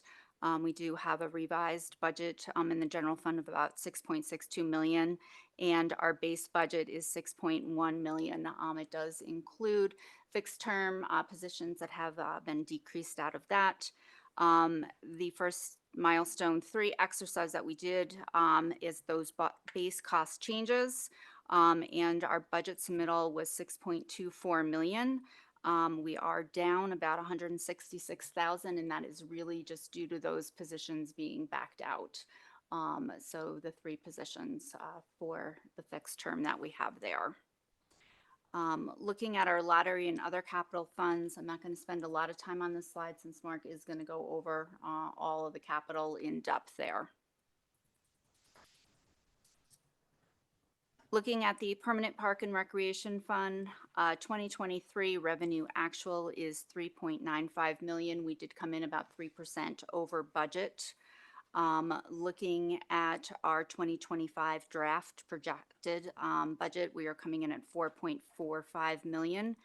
And really in summary, as we look at our 2020 approved versus our 2025 projected variance, you'll see that we are decreasing in our revenue by about 142,000 or 3%. This is really a combination of interest earnings that will be dropping, and then also our property tax projections are not as strong as they were prior in the 2024 budget development. The city just redid the property tax projections about a week ago to basically include the early estimates of SB 24-233, which has a likelihood to pass this year. So for the department property tax projections, although they are still positive at about 975,000 in growth 2025 through 2030, they definitely have flattened. As we look to our expenses, our 2023 actual came in at 5.82 million or 63% to budget. We do have a revised budget of 8.36 million for this fund. A lot of that is because of the CIP carry forward from 2023 into 2024 for those existing capital projects. Our 2025 base budget is 4.83 million. We do have base cost increases of about 117,000 or 2% of that, and those are all of our contractual and inflationary, and then also fleet and facilities primarily.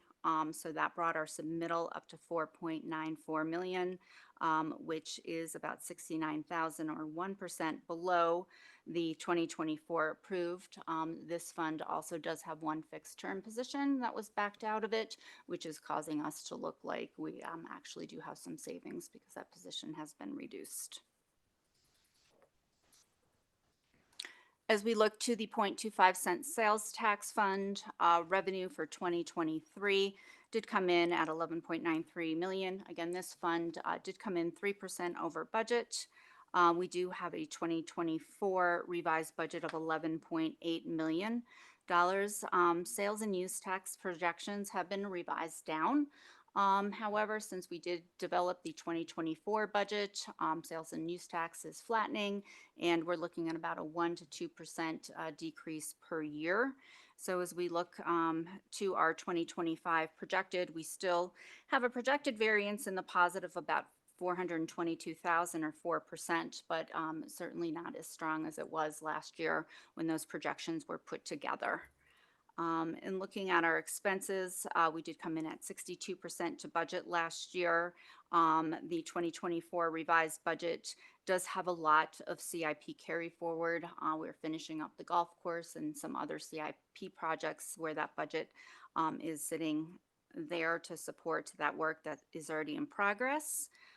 So looking at our 2025 base budget of 13.12 million, we do have some base cost increases of about 500,000 or 4%, which will bring up our projection to 13.69 million. So approved versus submitted is about 5% higher with all of the inflationary cost drivers. Recreation Activity Fund, for our revenue projections, we did come in great last year, 98% to budget. We do have a revised budget of about 15 million for this year. We have a 2025 projected budget for revenue of 14.47 million. And we are showing a decrease in our projection of about 3% or $480,000. And this is really due to a decrease in the 0.25 cent sales tax transfer. I think last month we had explained to the PRAB how we had moved over sports turf expenses into the Recreation Activity Fund. With that, we do have a transfer coming from that fund to support those expenses, and then also our community benefit programming. We did in our projections last year step down that transfer to the RAF as we look to redo our fee policy and such. So that is really what's driving that reduction, which we'll be looking at further before the final proposal is due in. As far as expenses are, we did come in 2023 at 93% to budget, $15 million for revised budget in 2024. The base budget is 14.32 million. We're looking at base cost increases of about 500,000 or 3%. Fleet just for the golf course alone is going up about 200,000 to make sure that vehicles and assets are funded. So that's a large portion of that increase. So we are looking at a base cost increase submittal of 14.81 million, which is about 61,000 or 1% over the 2024 approved. All right, so talking about revenue updates on the recreation side, we do have a lot of opportunities with the 2025 fee policy emphasis. As we've talked about previously, we do want to focus on special events and commercial use this year. We are building a placeholder in the budget, knowing that that process is going to trail behind the budget development process. Additionally, we will be looking at facility access fees. Historically, we've updated these fees every 2 years. Our last update was in 2023, and there had been a 3-year gap while we waited for recreation services to stabilize a little. As with any setting of fees, our goals are to align the fee increases with the cost of providing these services. And we do want to maintain financial aid and access for the people with low incomes to continue to have access to our facilities. We do have other mechanisms to adjust our fees. And then I did want to call out that later this year, you will be hearing more about the marketing plan and then business plans for the Boulder Reservoir, Flatirons Golf Course, and sports. And on the right-hand side, you will see the 2022 department plan where all of these recommendations align with the goals and initiatives identified in that plan. So we've identified what the base cost increases are. I'm going to essentially call this scenario 1, where we've taken our budget realignment and added in the base cost increases. This is likely the lowest amount that you would see in the proposed budget that we bring back to you next month. Our goal is to continue to focus on the fiscally constrained aspect of the city as well as the department, and we will have very prioritized asks related to personnel. The biggest priority for the department is the conversion of the fixed term positions into ongoing positions, and then accounting for impacts to minimum and living wage. On the non-personnel expense side, we are focused on maintaining our current service levels and basically right-sizing budget for areas where we are currently operating services. We recognize that this may not be financially sustainable, so there will be a further conversation about our level of service, looking at the data and usage to identify what's going on. And then finally, on the capital side, our intention is to align the capital budget with staff capacity, project phasing, and timelines, just seeing how much we've carried over this year alone and wanting to make sure that we are really budgeting the amount that is needed in a given year so we aren't carrying forward significant funding each year. So with that, in the green, we would have what would come back as scenario 2. Scenario 2 is everything identified in scenario 1, plus any budget proposals for what is new. The city direction is really focused on being fiscally constrained, so limited or no additional funding to accomplish any current goals that we don't really know right now whether we will be in scenario 1 or scenario 2, that our intention is to provide both scenarios with you. What you saw tonight is really an emphasis on scenario 1 as kind of the baseline budget that we would expect to bring back to you in June and July. With that, are there any questions on the operating budget?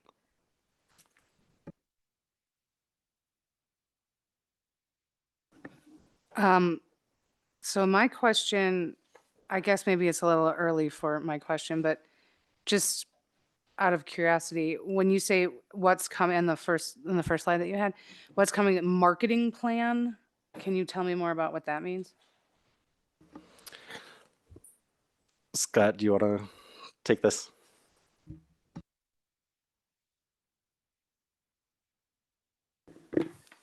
Yeah, so I directly oversee our marketing manager, and she's been working for the past 6 months or so on developing a strategy, a plan for how we're going to be more effective in our marketing efforts, really try and embrace a brand and a strategy for our department to expand our outreach and really tie things together in what we do and improve our storytelling. And so she's put together a marketing plan. We're in final review of that right now, and hopefully we'll have that done here in the next month or so. So the marketing plan is getting people to participate more in Parks and Rec programs. That's Yes, and identifying strategies for some return on investment and where we focus our marketing priorities and the limited budget we have for marketing materials and marketing efforts. So we do have a fairly limited marketing budget, but we want to be very strategic with how that money is used to get the most bang for our buck. okay. All right. So I will also ask then at the same time, we have the plan, the goals over on the right of that first slide with the pursuing non-traditional funding sources. And I guess I just feel like we talk a lot about fiscally constrained living, working in a fiscally constrained environment, which I understand. And then, that was very clear on what we have, where we're getting our money from. So the fee, so we're looking at, I'm just trying to figure out what the best way is to procure more revenue without harping on the non-traditional funding sources like sponsorships and things like that. And I know last time we talked a little bit about like, well, in our rec center, we don't have big advertisements or anything like that. And I do appreciate that. But I also think that if we're going to continue to operate in a fiscally constrained environment where we have yellow on things just like maintaining our current infrastructure, I'm wondering how we can more quickly pursue alternate funding or non-traditional funding sources, like, again, maybe sponsorships or advertising or, again, and I want to caveat this whole conversation with, I'm new to the Parks and Rec department. So I know some of these questions may have already been asked, but I want to figure out a way to stop saying fiscally constrained, because I don't like the fact that we depend a lot on sales tax and we're in a position where sales tax is flattening and property taxes are flattening. And so how can we, get away from those dedicated funding sources and look at something different? And what do you think the solution is? Is it ballot measures? Is it taxes? And I'd like to take fees out of it, because I don't think that's the right way to equitably look at creating different revenue sources or more revenue sources. So I'm looking for some ideas and opinions from the experts, I guess. Everything you just answered is probably a 6-hour study session. Just to be clear, I'm going to try and summarize it in a few sentences. One is, this challenge is not unique to Boulder. It is the headline in every association that we're a part of in the conversation, from the landscape architects to the city managers to the Parks and Rec field. So we are a built out city. We built things in the 80s and 90s, not fully built out, but we have a mature system that is now aging. And we, as a country, have not invested in asset management. And so we have things that are expensive to take care of. That is a structural issue that's not going to be solved with quick fixes. And so this 2-year financial strategy that I highlighted with City Council, that is the right answer, because the easy answer is $100,000 is a whole heck of a lot of money, and I'm not going to scoff at it. It's not going to fix our problems. Like, we're talking millions is this conversation. And so there are, I appreciate the interest for the quick and easy wins, but they're going to be small compared to the need. And so really the best way to invest our time and resources is on this 2-year financial strategy, having a conversation with our community about service levels. The demands certainly outpace the funding levels, and we've got to have a conversation about what a park looks like, you know, in the civic area versus my neighborhood park. They're going to have to look different. So I think the really short answer is there's not a quick answer, and it's the work ahead of the next 2 years, and there's going to be a lot of conversations. So you're just going to, I think that the answer is you're going to have to stay tuned, because the teams are doing the work. We'd be happy to follow up on this philanthropy conversation. But again, Boulder typically doesn't get the multi-million-dollar grants. There are other communities whose need is even greater. And so for us to get a $750,000 grant like we did for the Park on Violet, that's humongous. That's the largest grant we've ever gotten.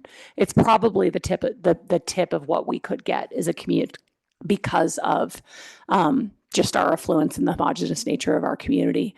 So I said I was going to be short, and then I could talk a whole heck of a lot about this, but really I think it's going to be the bite-sized pieces that come as we talk about the long-term financial strategy.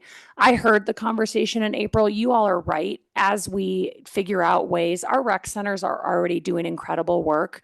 Their Q1 numbers, not only on utilization, but on revenue, they are a light of hope. We haven't fully been able to break it down to see is the growth among seniors, which is great from a community benefit perspective, but not from a funding perspective.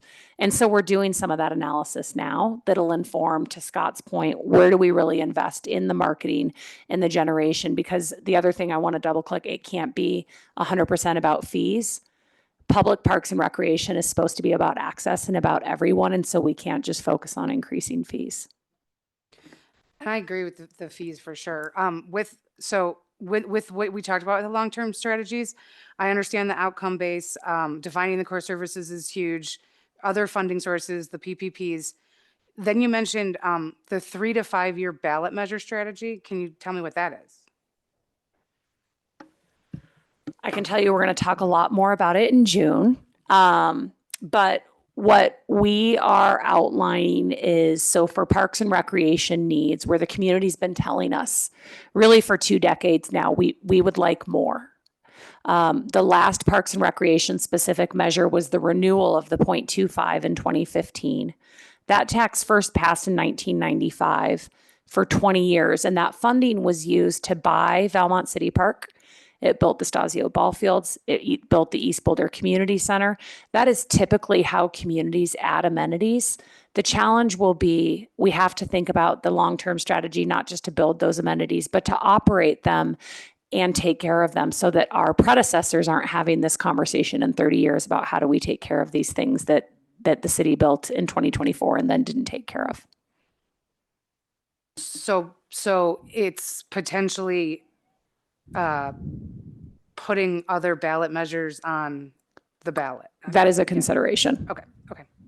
Great. Thank you. I would just use this last discussion as a way to highlight an agenda item we have in a second or in a couple of minutes, which is about board liaison roles. And there is a liaison role for budget development for this next year. So think about that.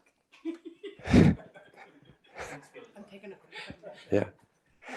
No, I hear some excitement around budget, and I want to just make sure we highlight opportunities.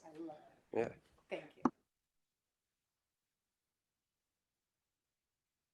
All right, I'm going to turn it over to Mark now. We're going to talk through CIP, and he's the expert. Sort of. Mark Davison, Senior Planning Manager, and I'll talk us through 2 aspects of the CIP tonight. First off, I'll touch on the process, and then I'll get into the actual work plan thinking. And I'd just like to highlight to begin with that this is a partnership across the department to make this happen, with the finance team, the planning team, park ops, natural resources, recreation folks. So we really do work together on figuring this out. It was 2022 when the department plan emerged.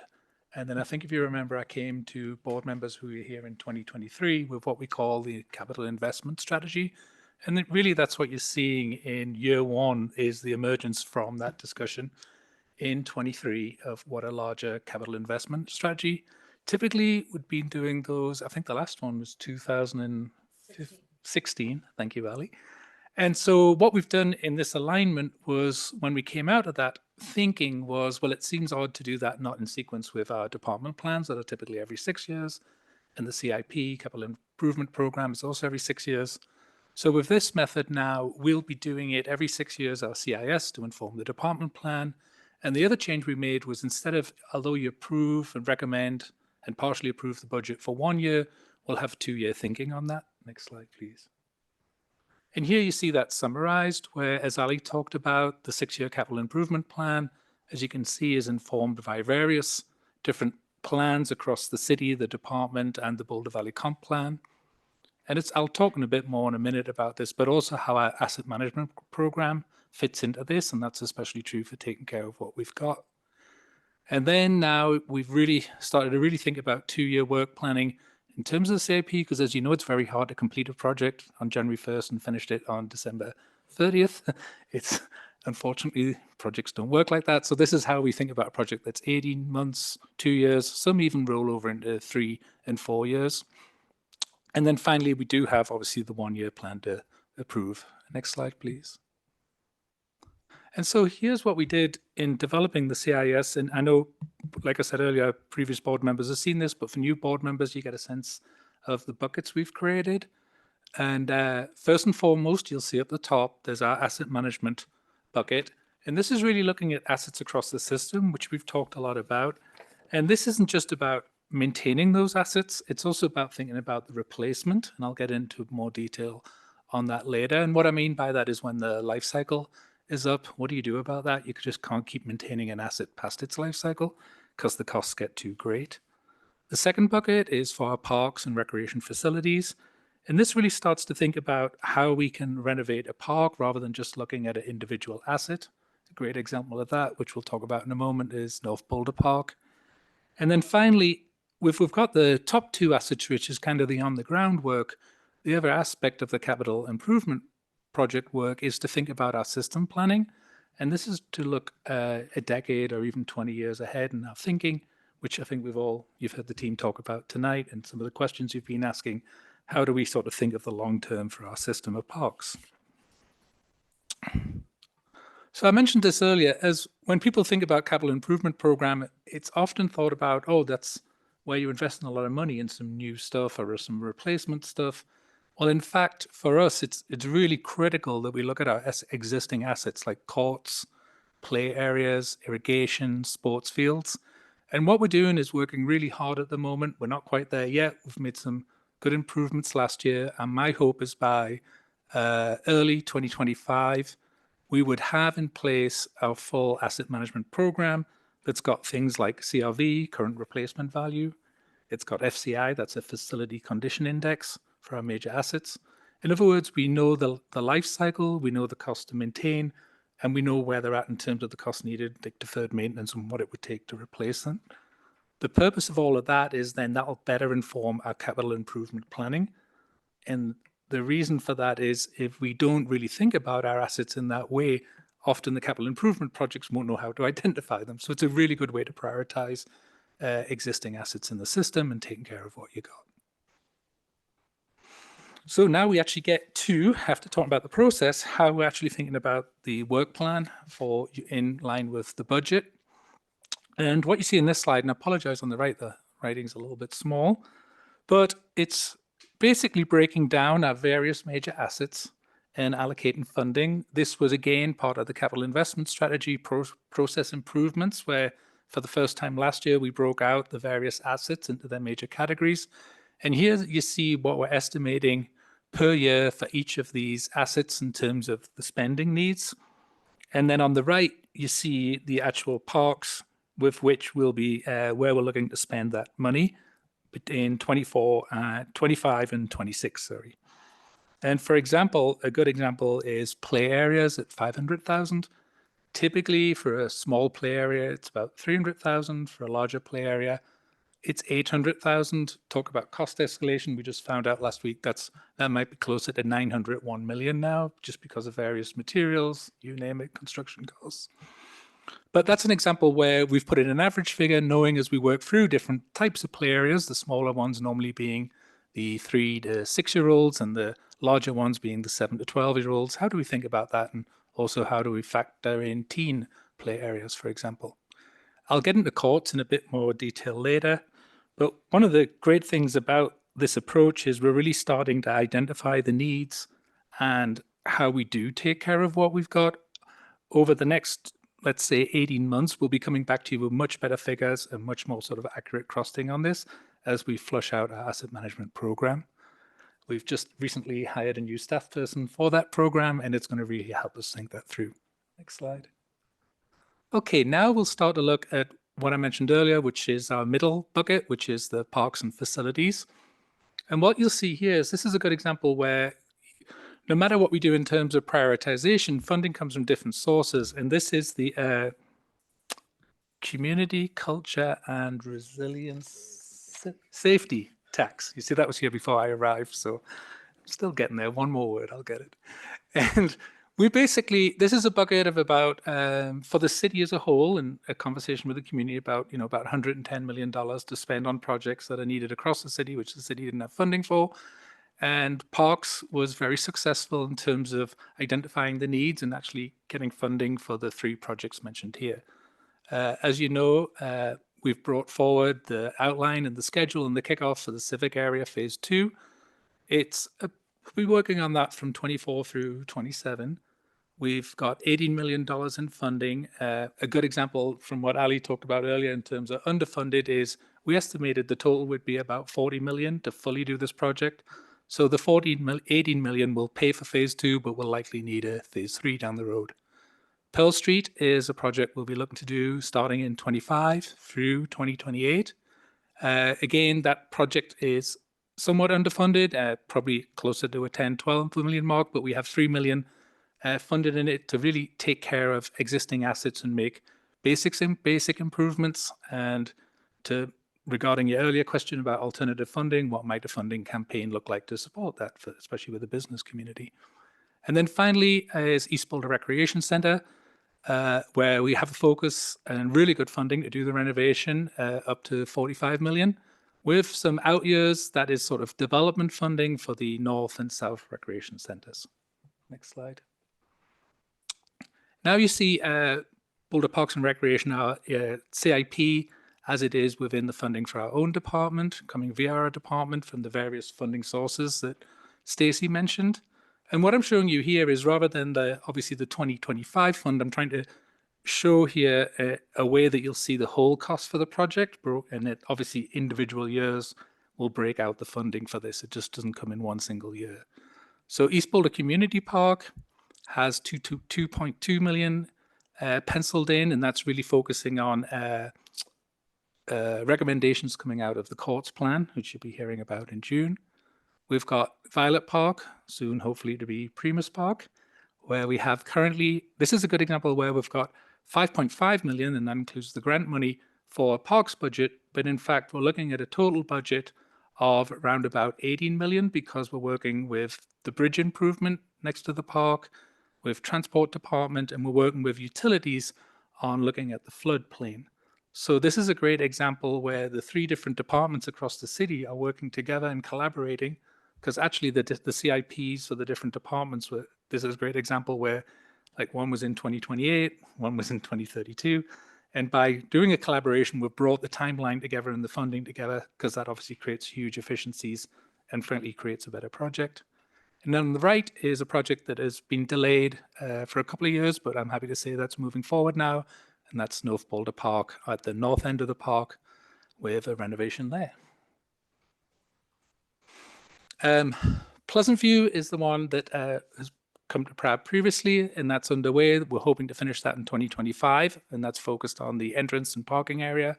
As you know, the Flatirons Golf Facility, I believe, is due to be completed June 8th, fingers crossed, and that project's been underway for a number of years, but should be finished soon. And then there's a project which we're looking at in a bit either outer years, 2026 through 28, to prioritize some of the asset needs at the Boulder Reservoir South Shore based upon a capital plan that was produced a little while ago. And there's a good example of some of the syncing that's now occurring in the department. You heard Jackson talk about a business plan to think through and what are the revenue sources. And therefore, we won't do the capital plan till the business plan's in place. So we're just getting our ducks in a row. Next slide. And finally, in terms of our capital spending, this is where other funding comes to the department to support our capital improvement program. You'll see there the Reservoir Access Road has funding, and obviously we'll sync that with the previous slide I mentioned on the South Shore Capital Project. Sync it as in terms of bring the two together and make those two projects work in tandem. And that comes out of our general fund from the city. And then impact fees. We have the Boulder Junction development, which is now in its phase 2, and that's a major redevelopment of the Boulder Junction area. The impact fees for that, obviously identified with that, increased park service needs. So East Mapleton was identified as one of the main service parks for that area. So that'll got increased funding there to support that. And then a pocket park within Boulder Junction itself, which we will be hopefully moving through by the end of 2025 in terms of completion. And then finally, as we've been developing our approach to looking at parks, we've been thinking about some of the smaller scale projects where it's not just an individual asset, but it's not a full-blown park renovation. And this is a pilot effort to look first off at Barker, where it's mostly a play area with a small community area on the edge of it, and then Edmund G. Fine, which has a large equity component. So we'll be really looking to improve those parks with a smaller budget than a typical renovation project, but as you might say, elevating the park score, as in the quality of the parks and the overall appearance. And that's sort of a holistic way to look at managing assets, not just by the asset, but by the park. And then on the right, you see some smaller projects within there that our capital improvement program works on that aren't the typical asset categories. I can give the example of Scott Carmenter is a rain garden improvement. Finally then, in terms of the final bucket, I should say, the system planning is, like I said earlier, this is where we have that larger outlook. And I've got my reading glasses on and don't have my long distance glasses tonight, so I'm going to go to my own piece of paper here. Not that I don't know this off by heart. Here's a good example of us thinking through 24 through 2030, a really sort of deeper thinking on how we tie all the various system plans we do together. And obviously at the beginning, Ali talked about this in her presentation. And there is something interesting there. It's very hard to sync like the Boulder Valley Comp Plan, a citywide strategic plan, park plans, to get them all perfectly lined up. That never quite happens because of just various competing needs. But you see that we'll be doing the Boulder Comp Plan in 2025. That'll help sort of provide guidelines for our thinking. We do have the citywide strategic plan in place. And we do have the BPR plan that was, we now call them not master plans, call them department plans from 2022. So what would that sort of 28, 29 department plan look like? Because you kind of run them on a 6-year cycle. Well, what you're seeing here is the origins of an approach to really sort of think more holistically. And I'll give an example. At the moment, you see on the far right, at the top right, we're doing a court system plan in 24. There was a need identified for that. We are responding to that for pickleball and tennis. We also have the Boulder Creek Management Plan looking at like a river corridor. What does that look like from a recreation perspective? So on the right are the more sort of individual system plans. One of the changes we're hoping to do there is, if you'll see on the third box down, is a park recreation assessment, 24 through 26. So that would look at all the different recreation activities across parks and improve or identify the process by which we understand service levels and the cost of providing those services for the activities based upon the facilities and amenities that support them. We'll also have the development of an equity plan and a universal access plan to support those findings. And then we're also looking at the future of our recreation centers, our 3 major large facilities, and what the services should be for those. The idea with doing all those plans is ultimately we'll be able to come up with a system-wide approach to recreation planning. We'll understand the future of recreation centers. This is the second column from the right. And working with Regina, we'll be able to understand the natural resource needs. So instead of sort of thinking about assets or activities individually, this will be a way to systematically look at what we do. And as a question came up earlier, and as Ali pointed out, part of this work will set us up to inform a funding conversation in 2026, but then also set us up for our future department plan around about 28 or 29. And then finally, I'll just finish on something that's a topic which is, Elliot, you brought this up as a question. So I'm not putting you on the spot because you brought this up as a question last year. How are you thinking about your funding and you're underfunded and, what can you do for efficiencies? And you'll see here, there's a lot of blanks. And this is what I talked about earlier. We're working through our asset management program to really make big improvements and big strides in how we think about that. You'll see there, for instance, shelters and bathrooms and play areas now have what is a current replacement value for the total cost across the system for those. So that's work we've been doing in the background based upon square footage, age groups that use it, and we've updated all our cost estimating system for that. The one we've spent a little bit more time on, and this is an example of what we're hoping to do for the rest, is the courts. And obviously that was sort of prioritized based upon the court system plan that's underway. And what you see there is for the current replacement value for our 22 courts would be 13.3 million. And what we're hoping is the future state of that would go down to 5.6 million. And this is a good example of where we've been really researching the asset management program. And what we realized was, even though our courts at the moment are in relatively good condition, the 22 courts, most of the time that we're putting into it and the cost of it is starting to increase because most of them were past their 25-year life cycle. So you see that maintenance increase, keeping it into good condition, but it keeps going up. So when we started to look at different types of courts and how we do, rather than maintenance, what does replacement look like, we've moved to post-tension steel, concrete, which is a reinforced form of a court. What that does is it increases the court from life cycle from 25 to 50 years. So if we're putting an investment of about 260,000 for 2 courts, instead of just say 120,000 for a typical sort of replacement, that's quite a bit of an upfront increase in cost, but we're doing that through the 400,000 in the asset management program we talked about. The great news is by shifting it also from 25 to 50 years, there's only 1 replacement every 50 years instead of 2. And we've also got decreased maintenance costs. And when we've done the calcs for that, we are looking at current maintenance of courts for the 22 over the next 50 years would be 265,000 a year. And by moving to post-tension, we'll be able to reduce the total cost of maintenance over the next 50 years to 93,000. So you can see how initial investments will actually save the department money over time through sort of efficient and wise thinking. I hope it's wise thinking anyway. And the final thing I'll say about that is that you do hear from tennis and pickleball players, they're pretty upset with the ball bounces, the amount of times there's puddles in the courts. And the beauty of that is you'll get a much better quality playing service and therefore a better experience. So that's just one example. And as we go through the other assets over the next 18 months, we're hoping we'll come back with similar proposals and suggestions, and obviously with cost savings as well. Thank you. And open it up for questions. Any questions from the board? No? I'm pleasantly surprised to see that the anticipated cost of the Pleasant View redo is going to be 1.2 million. I think that's much lower than I anticipated it would be. Yeah, and to be honest, Elliot, we're just looking at that as we're going through permitting, and we've seen some potential adjustments there that we're working on to figure out. And Darren Wagner, who's the project manager, will be able to come back with an update on that once we figure it out. But we're hoping we can keep it within that limit. Great. So it sounds like in sum, it's very expensive to upkeep all of our stuff. Taking care of what we have is not cheap. Yes. Okay.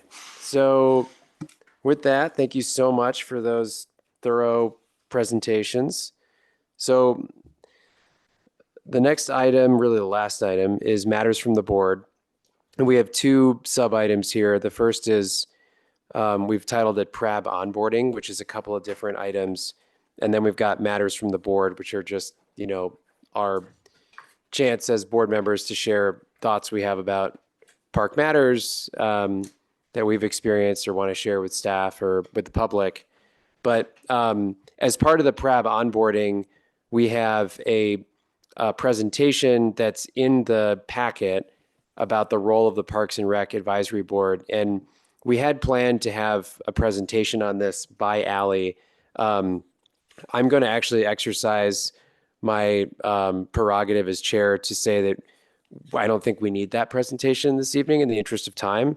But what I would just encourage the members of the board to do, those online as well as those present, is to review that PowerPoint or that presentation, because it really does provide a nice overview of what the functions of the board are and what our kind of restricted authority is on things. And then if you want a second kind of look at those high level points on the back of the board liaison document that was sent out by Rosa a couple of days ago, it has a kind of an 8-point list of the most essential functions that the board has. The handbook is also a really good source for identifying kind of the specific functions of the board.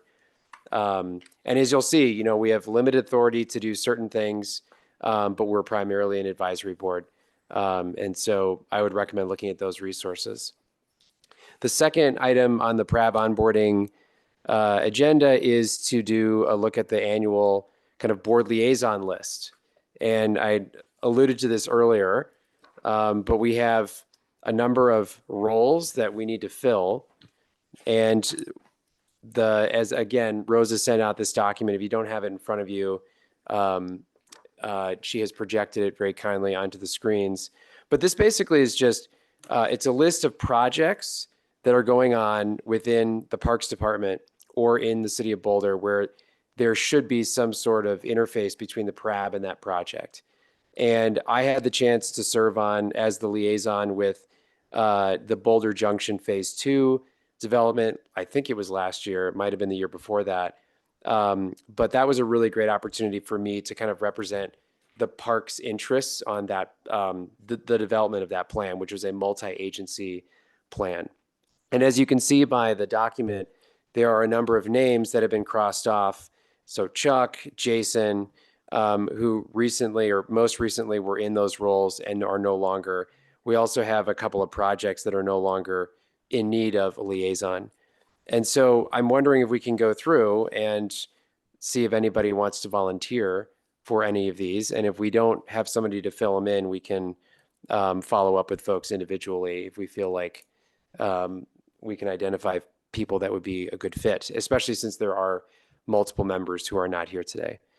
So I will say that Bernie in absentia did send me an email saying that he would like to be the person who is the liaison for the Phase 2 project, which I think means the Civic Area Phase 2 project. Does anybody want to arm wrestle Bernie or object and say they want it instead? I think I would arm wrestle him. I'd also defer to his experience, but I'm pretty involved downtown and it's interesting to me. But okay. I think Bernie would be fantastic and certainly knows what he's doing, which I can't claim. You know, Waylon, I was thinking, given your comment earlier about helping with finances and identifying sources of revenue from private sources, that you might be interested in joining Anna or being more involved with the Play Boulder Foundation. If you're interested in staying on that, or if you want to switch out, I'm happy to oblige. Yeah. Okay. Do you want to stay on the Play Boulder? Are you on the Play Boulder board now, or are you just a liaison? Okay. And we have a board spot, right? Yeah. Oh, Chuck was on the board. I would like that spot. You want that spot? Okay. So this is not within the purview of the liaison, but we can make this official. Yeah, here's how that works. So in the past, the ancient history, the PRAB and the Play Foundation Board were actually very like one and the same. That was separated for a lot of really good reasons in the early 2000s. So Jenny, I hear you expressing interest in a seat on the play board. I think they would welcome that. And we will just email that with Angie, who will follow up with you. It is always better when there is a current member of the PRAB on the play board because of all the reasons that we talked about tonight around funding. And so I will just pass that along to Angie and she'll reach out enthusiastically. So just to be clear, this board can't decide that, but play will follow up with you and I think they will be thrilled. Yeah, That is sorry, my I didn't mean to prediction. suggest that we were voting on that. Yeah. Thank you very much for volunteering for I that. would like to throw my hat in the ring Okay, for cool. that. Wednesday nights? Okay. So Every Wednesday? No. Do you know how often they? Well, okay. yeah, you'll have to connect with them. Okay. Okay, so the first one is the Violet Park development. Chuck was the one who was on that before. It's currently vacant. Any takers? What is it in, what would that entail? Allie? Sorry, I should not have been doing that. I was emailing Angie. I was so excited. Which project are we talking about? Violet. Violet, thank you. So honestly, this one's an easier one because we're nearly at the final stages of the engagement and expect wrapping up design in the third quarter of this year. That's when we'll really move into developing construction documents. And so and Mark can chime in if I'm wrong, but I think it's a light lift and it would just, because the community, typically a liaison on a project, if that paragraph at the top, I can't read that from here. That's okay, but just a deeper level of understanding on the project and guide community engagement on this project because we're so well down the road and you all unanimously supported the approach we're taking. It's a pretty light lift. Okay. So this board could assign a liaison to this project, but you're also welcome, given that there are more spots than there are board members and some of you may need to take more than one. You could skip this one and I think it would be fine. Okay. Bernie signed up for the Civic Area Phase 2. The Boulder Creek Management Plan design seems to be off the table. Sunny, you're in the public-private partnerships role for now. Are you still good with that? Okay. Bernie's doing court systems. I'm doing budget. Sunny and Bernie are doing rec center futures. The next vacancy is for regional facility business plans. Could you explain exactly what that means? This actually ties to your conversation earlier about revenue generation. So both Flatirons Golf Course and the Boulder Reservoir, we expect those to be nearly fully enterprise facilities. Under Scott and a project manager and Stephanie Monroe's leadership, they're developing business plans to identify where we should be not only just investing dollars, but driving marketing and revenue opportunities at those facilities. Okay. Waylon, does that sound like something that'd be interesting to you? Everything's interesting. But in terms of my skills, I think, I have experience with fundraising and know a lot of the rich folks in Boulder, and I think they should, step forward and pay their way to make sure we're in good shape. And or the civic area, I have a lot of experience downtown. So not particularly, to be honest, I don't think it's where I would be that helpful. Sure. Do you think, Allie, given what Waylon was saying about his kind of profile skill set, do you think public-private partnerships, where do you think that'd be best used? I think public-private partnerships would be good, but I also think some of these projects have two names, and I don't think having two names on the civic area is a bad thing. We've got more staff and more community engagement on that project than any other. It'd be appropriate or not inappropriate to have two board members there. So Waylon, do you want to join Bernie on the Civic Area Phase 2? I think Waylon Jennings would be less useful than we anticipate, but he passed away, but his name would bring a lot of attention to the project. So he was a bad boy. I don't know.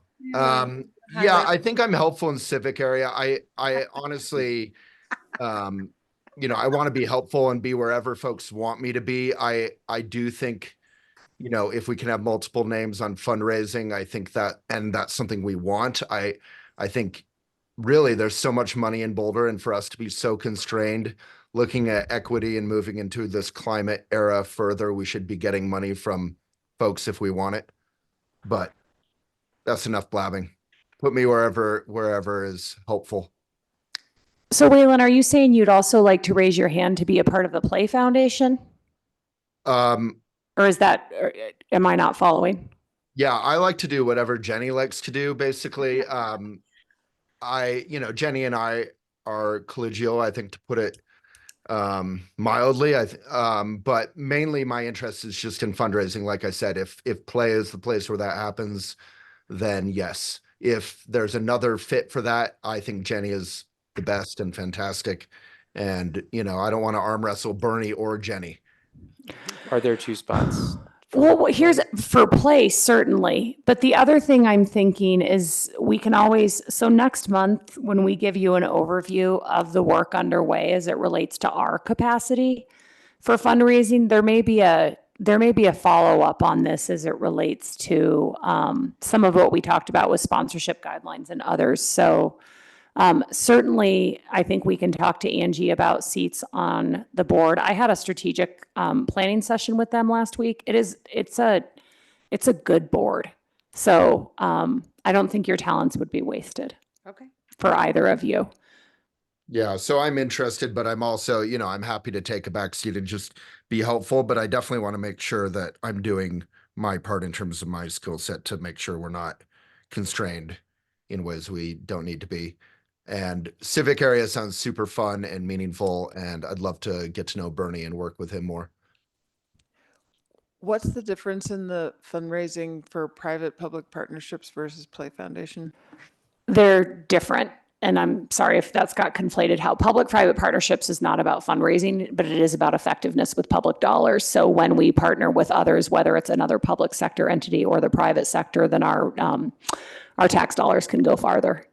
So it's more around the financial sustainability than it is specific to fundraising.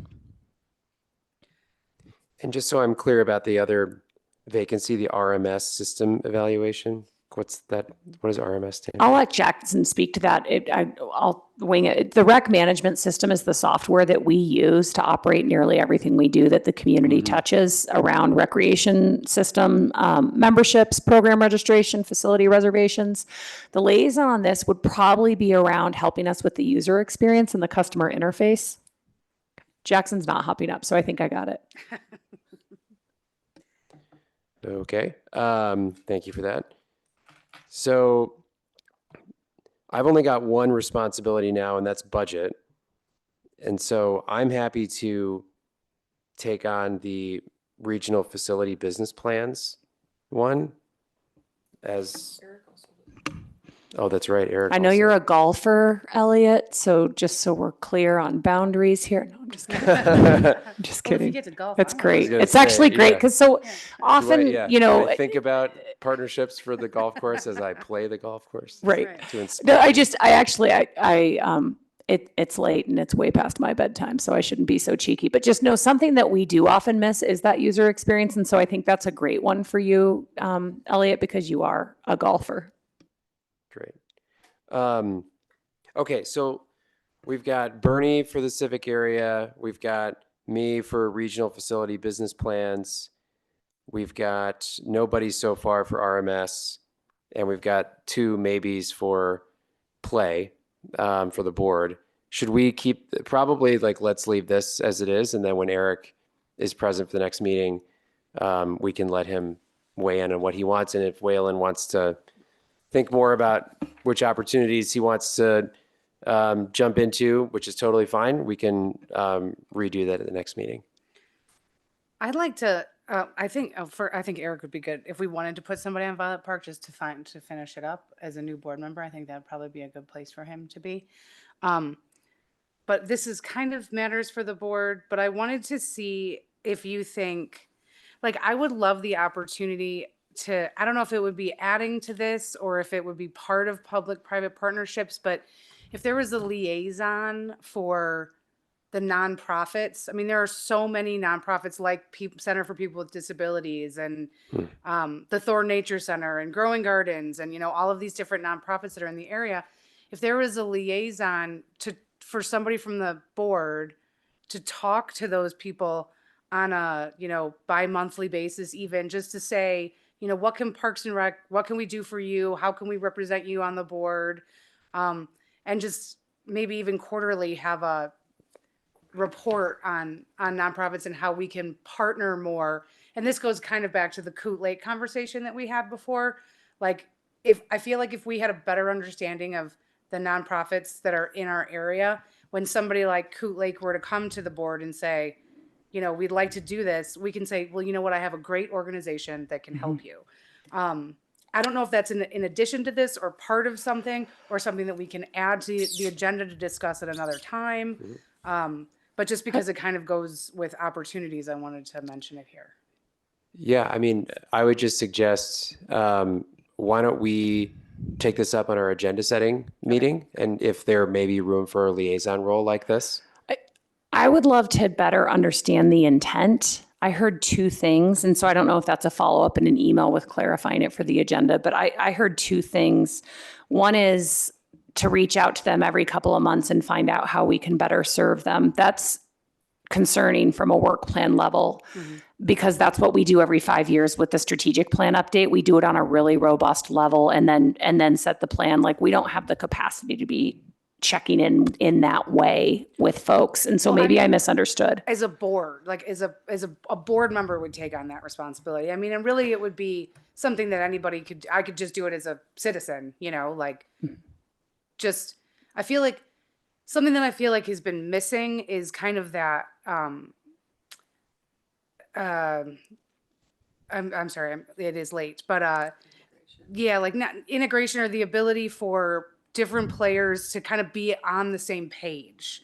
And I found this through a lot of the homeless situations and how people are just kind of off doing their own things and then end up duplicating efforts on a lot of different things. So, and again, this is probably a way larger conversation, but I just kind of feel like the nonprofits are maybe underutilized. Not so much how we can serve them, but how we can work together, to provide free services for kids at the new park. Like maybe Growing Gardens wants to come out and create a small vegetable garden that the community can tend to. Like, how do you put those partnerships together? Is that public-private partnerships maybe, or, I'm just not really sure, but I just feel like there's a missing link when it comes to nonprofits in our area, or maybe duplicity when it comes to efforts. I think that would be a lovely thing to follow up on the way we're talking to Play about how they can serve as an umbrella for smaller groups such as the Memorial and such as others. The other place it might fit is, and I think Waylon is, if you hang tight on that June update, so our 2022 plan is organized around 6 key themes, one of which is community building and relationships. You'll hear about work underway to connect the way that the teams is connecting with the youth sports nonprofits, for example. That's we heard a lot from folks during that process, the various nonprofit youth providers. So if you wouldn't mind holding that question, and then let's revisit it after we give an update on that work in June to understand, okay, here's what we're doing. Now let's talk about that gap that you're seeing. And just to be clear, I'm offering my services, not volunteering yours or your staff, Oh, good. So I would like to help in I hear some you. way by being that liaison, not so much asking your team to do that work. Got it. So that's, want to make that Perfect. Okay. You guys do a great job, so I don't want to put more work on you. Thank you. Okay, so why don't we pause the liaison stuff for now? I think we've got a couple of leads on some new roles, and we can take this up again next month. I have a question about just what the liaison role looks like. So I was under the impression, sort of, because I'm the liaison, that someone would contact me. So for like Parks and Recreation, where are we going with that? I wasn't really proactive because I was sort of waiting to be contacted about like, oh, we're having a discussion about this or so forth. So can you help me envision what that should look like? Sure. I would say for most of these, they hadn't taken flight from 23 to 24 in the way that they were originally scoped. We've talked to you all a few times about the way that we're right sizing the CIP based on dollars and staff capacity. So it makes sense. Like the most robust example right now is the court system plan, because that project is well on its way. I would expect that by the end of the summer, you'll have heard from the team on the Boulder Reservoir, because they are, we have that separated around the public-private partnership and the business plan. Those should be combined and be one person. So we'll come back on this in June. But Sunny, that project's being scoped now. And then you would hear from the team on, this is the timeline, this is what we're thinking. So it makes sense. It's not fun to feel in the dark, but it's because it hasn't taken off yet with that reservoir work. Great. I just want to make sure I wasn't. You have not done anything wrong. No, you're correct. They will reach out to you. Yeah. And I've gotten to do two. I've gotten to do the master plan and the Boulder Junction, and they were both really great experiences. So with that, transition to another kind of board role that we've had in the past that we haven't really utilized recently is the protocol for community response. So what we did a couple of years ago is we had so many emails that were coming in to the board on a variety of topics that were seemingly just unending. And it was mainly around one of them was the reservoir, which was a pretty major issue. And we assigned roles for each. Basically, we assigned every board member with the responsibility of responding to emails that came in about a certain topic. And that board member would work with staff on making sure that the community's interest in that issue was addressed, and would respond not on behalf of the board, but as a board member individually, and just kind of go out and visit with folks and whatnot. And we haven't really done that the last year and a half or even 2 years because the volume of emails has shifted downward dramatically. There hasn't really been a need to assign people to particular topics, and what the topics were became kind of nebulous, and it's always dynamic what the issues are that we need to address.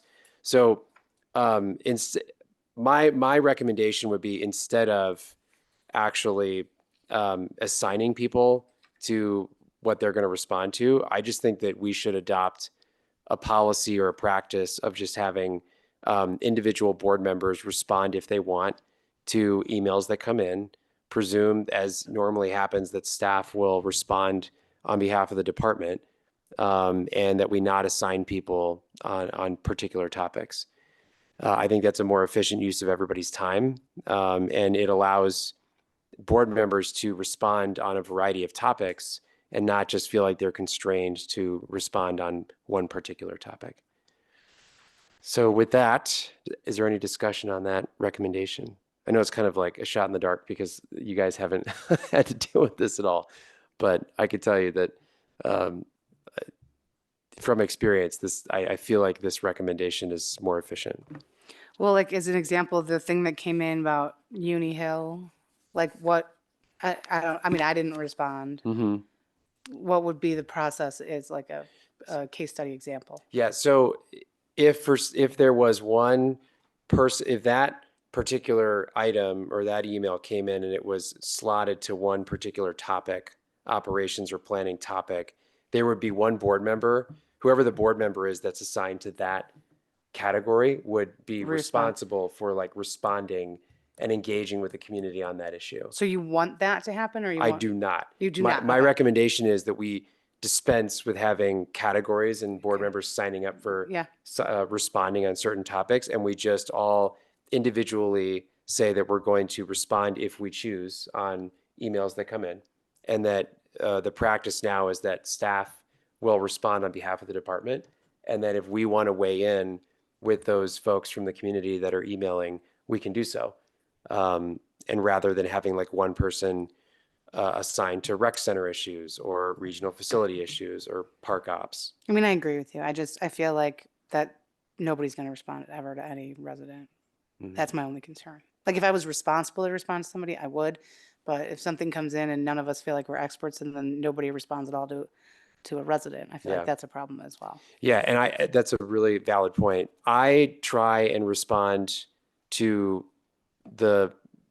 I'd say the productive feedback and emails we get. If people are just kind of yelling at us, like, yeah. you know, I typically don't respond. Although if there's a nugget in there, I'll say, hey, you know, you raised this issue. I'd like to talk to you further about it. But I have found that this kind of free agent system allows board members to at least determine like what interests them, what do they really want to engage on. Okay. I remember that the person who was assigned to the reservoir topic, Allie, right? She was my predecessor. She was overwhelmed with emails about that topic, and it became just very burdensome. Okay. Yeah. Yeah, I think that's fine. I'm So- fine with that plan, but I just need clarified if I feel moved to respond, do I need to CC everybody Mm-mm. or I'm not supposed Don't to CC CC everybody? anybody. Yeah. Only. And Yeah. Oh, sorry, were you done? no, I'm just wondering if there's communication, if we should know about it Yeah. So and how that works. what I'm proposing is that we basically continue the status quo. So if somebody emails us as a board and CC staff, or they email the staff and CC the board, and we want to engage with them as an individual board member, we can.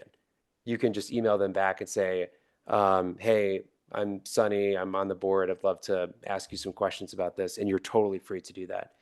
We should not CC the rest of the board ever, because that is an open meetings issue. Right. And just make it clear when you're communicating with members of the community on behalf of yourself that it's really just you and personally, and you're not speaking for the board. Do you need to make a motion for that, or?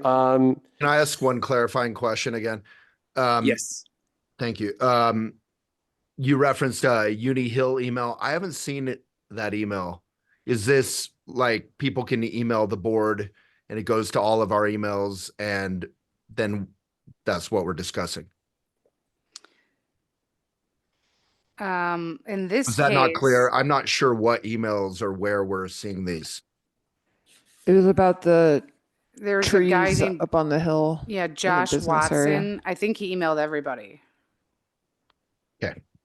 But he BCC'd everybody, so I can't see who he sent it to, but he, I guess I'm wondering if I'm on the board. yeah, I don't know. I mean, it says, hello, Parks and Rec board members. So I'm assuming he put everybody on there. Yeah, Waylon, so- I'm happy to forward that email to you. Yeah, I'll do I was unclear. Folks can email the PRAB in two ways. Your individual emails are listed online, I believe. And then you can also, if you email prab@bouldercolorado.gov, it goes to all 7 board members plus Rosa and myself. Wonderful. So one thing to note, if someone emails you to just your email and you think it would benefit from a staff response, feel free to forward it to us. We're always happy to chime in with what we know, and then you're welcome to offer your opinion, just as Elliot notes that you're speaking on behalf of yourself and not the board, unless it's a matter on which the board has voted. Yeah. Am I allowed to forward this to Waylon?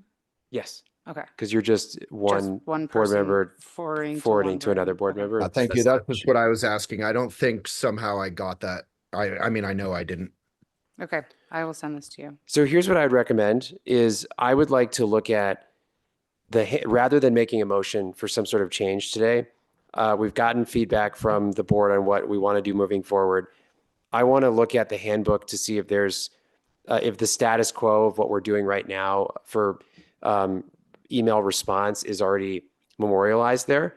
And then if we need to actually amend the resident response plan, or if we just need to move to get rid of it. And then we can take that up at the next meeting. So we can actually prepare some sort of motion for the board to take, if that's okay. Any objection to that? No objection. Okay, great. All right. And then last but not least is the matters from the board. And this is the point of the meeting where board members can share what's on their mind related to Parks and Rec business. And I will just say that Bernie, also, he emailed me, he gave me a comment that he wanted to share, so I'll read it. So he said, with regard to universal swim education, I was disappointed that the city council did not elevate this initiative as one of their focus areas for the coming year.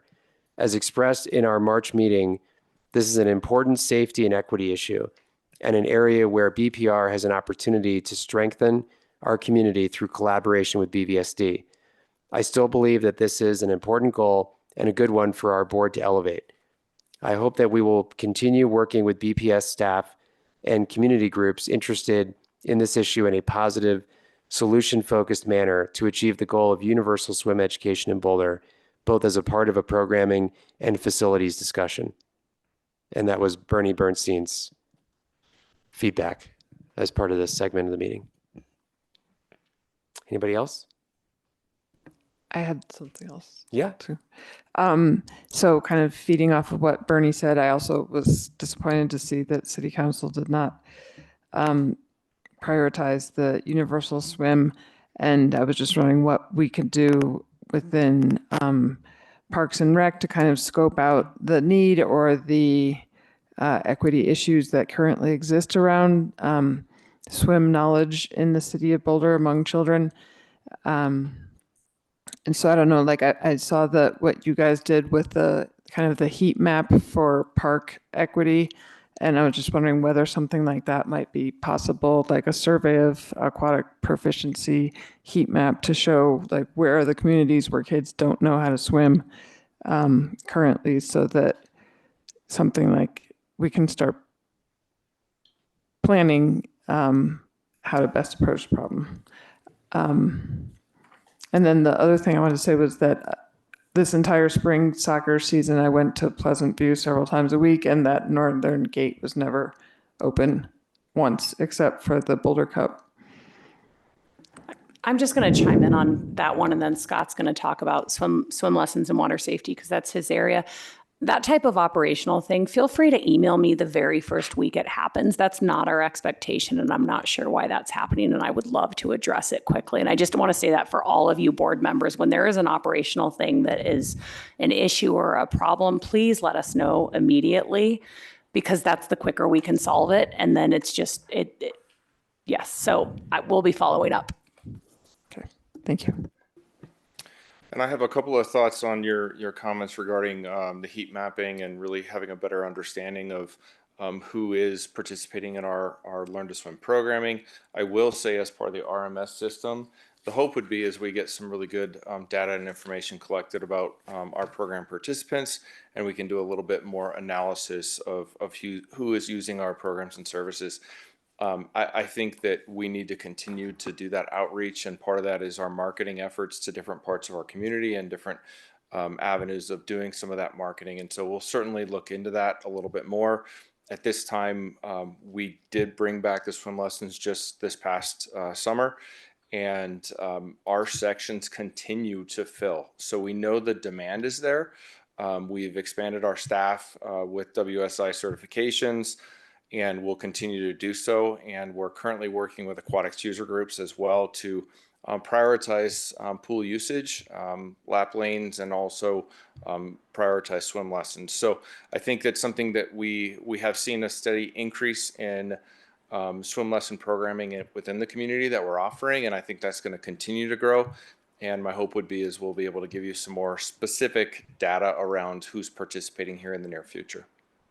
Okay, and my comment wasn't necessarily so much about who's currently taking your swim classes. It's about which communities kids don't learn how to swim and don't have like essential water survival skills. Because I think, or based on what I've seen, it's in very certain communities, which have a lot of low income English language learner kids. So that's what I was thinking, was like some type of survey of all second graders or something like that. Like, do you know how to swim? And then map that out to the parts of Boulder that aren't currently being served by the programming. I think that type of a thing is something we could include in the scope of the Future of the Rec Centers project, because in that project and in the third and fourth quarter, are you walking out? I told you to go home. Were you standing up? Yeah. In the Future of the Rec Centers project, and we're actually working on the MOU with BVSD right now. Reaching them in the schools would be the most feasible way to achieve that data. And so we can come back to you to see if that's feasible in the scope of that engagement and doing it under the umbrella of the school district, because that's the only feasible way we're going to reach all these kids and understand. There's going to be limitations to that because of there's a huge shame factor here. And so we'd have to think about it's not just to fill out a circle survey when you're sitting next to your friends. And I know we have experts in our communications and engagement department on how we could get this type of input. So I don't have an answer. We're taking the question and we'll include it as we talk about the community engagement on the rec centers project. Just to be clear, because that project is about what are the needs in our community and how are our facilities meeting them. We know facility space is one of the limitations to such a program. So stay tuned. Okay, thank you. Great. Anybody else? Okay. Our next meeting is Waylon, anything else? I'll follow up in email in interest of getting folks home. Okay. Next meeting is June 24th. I will not be here, but Bernie will be running the meeting, and the meeting is adjourned. Thank you. Thank you all.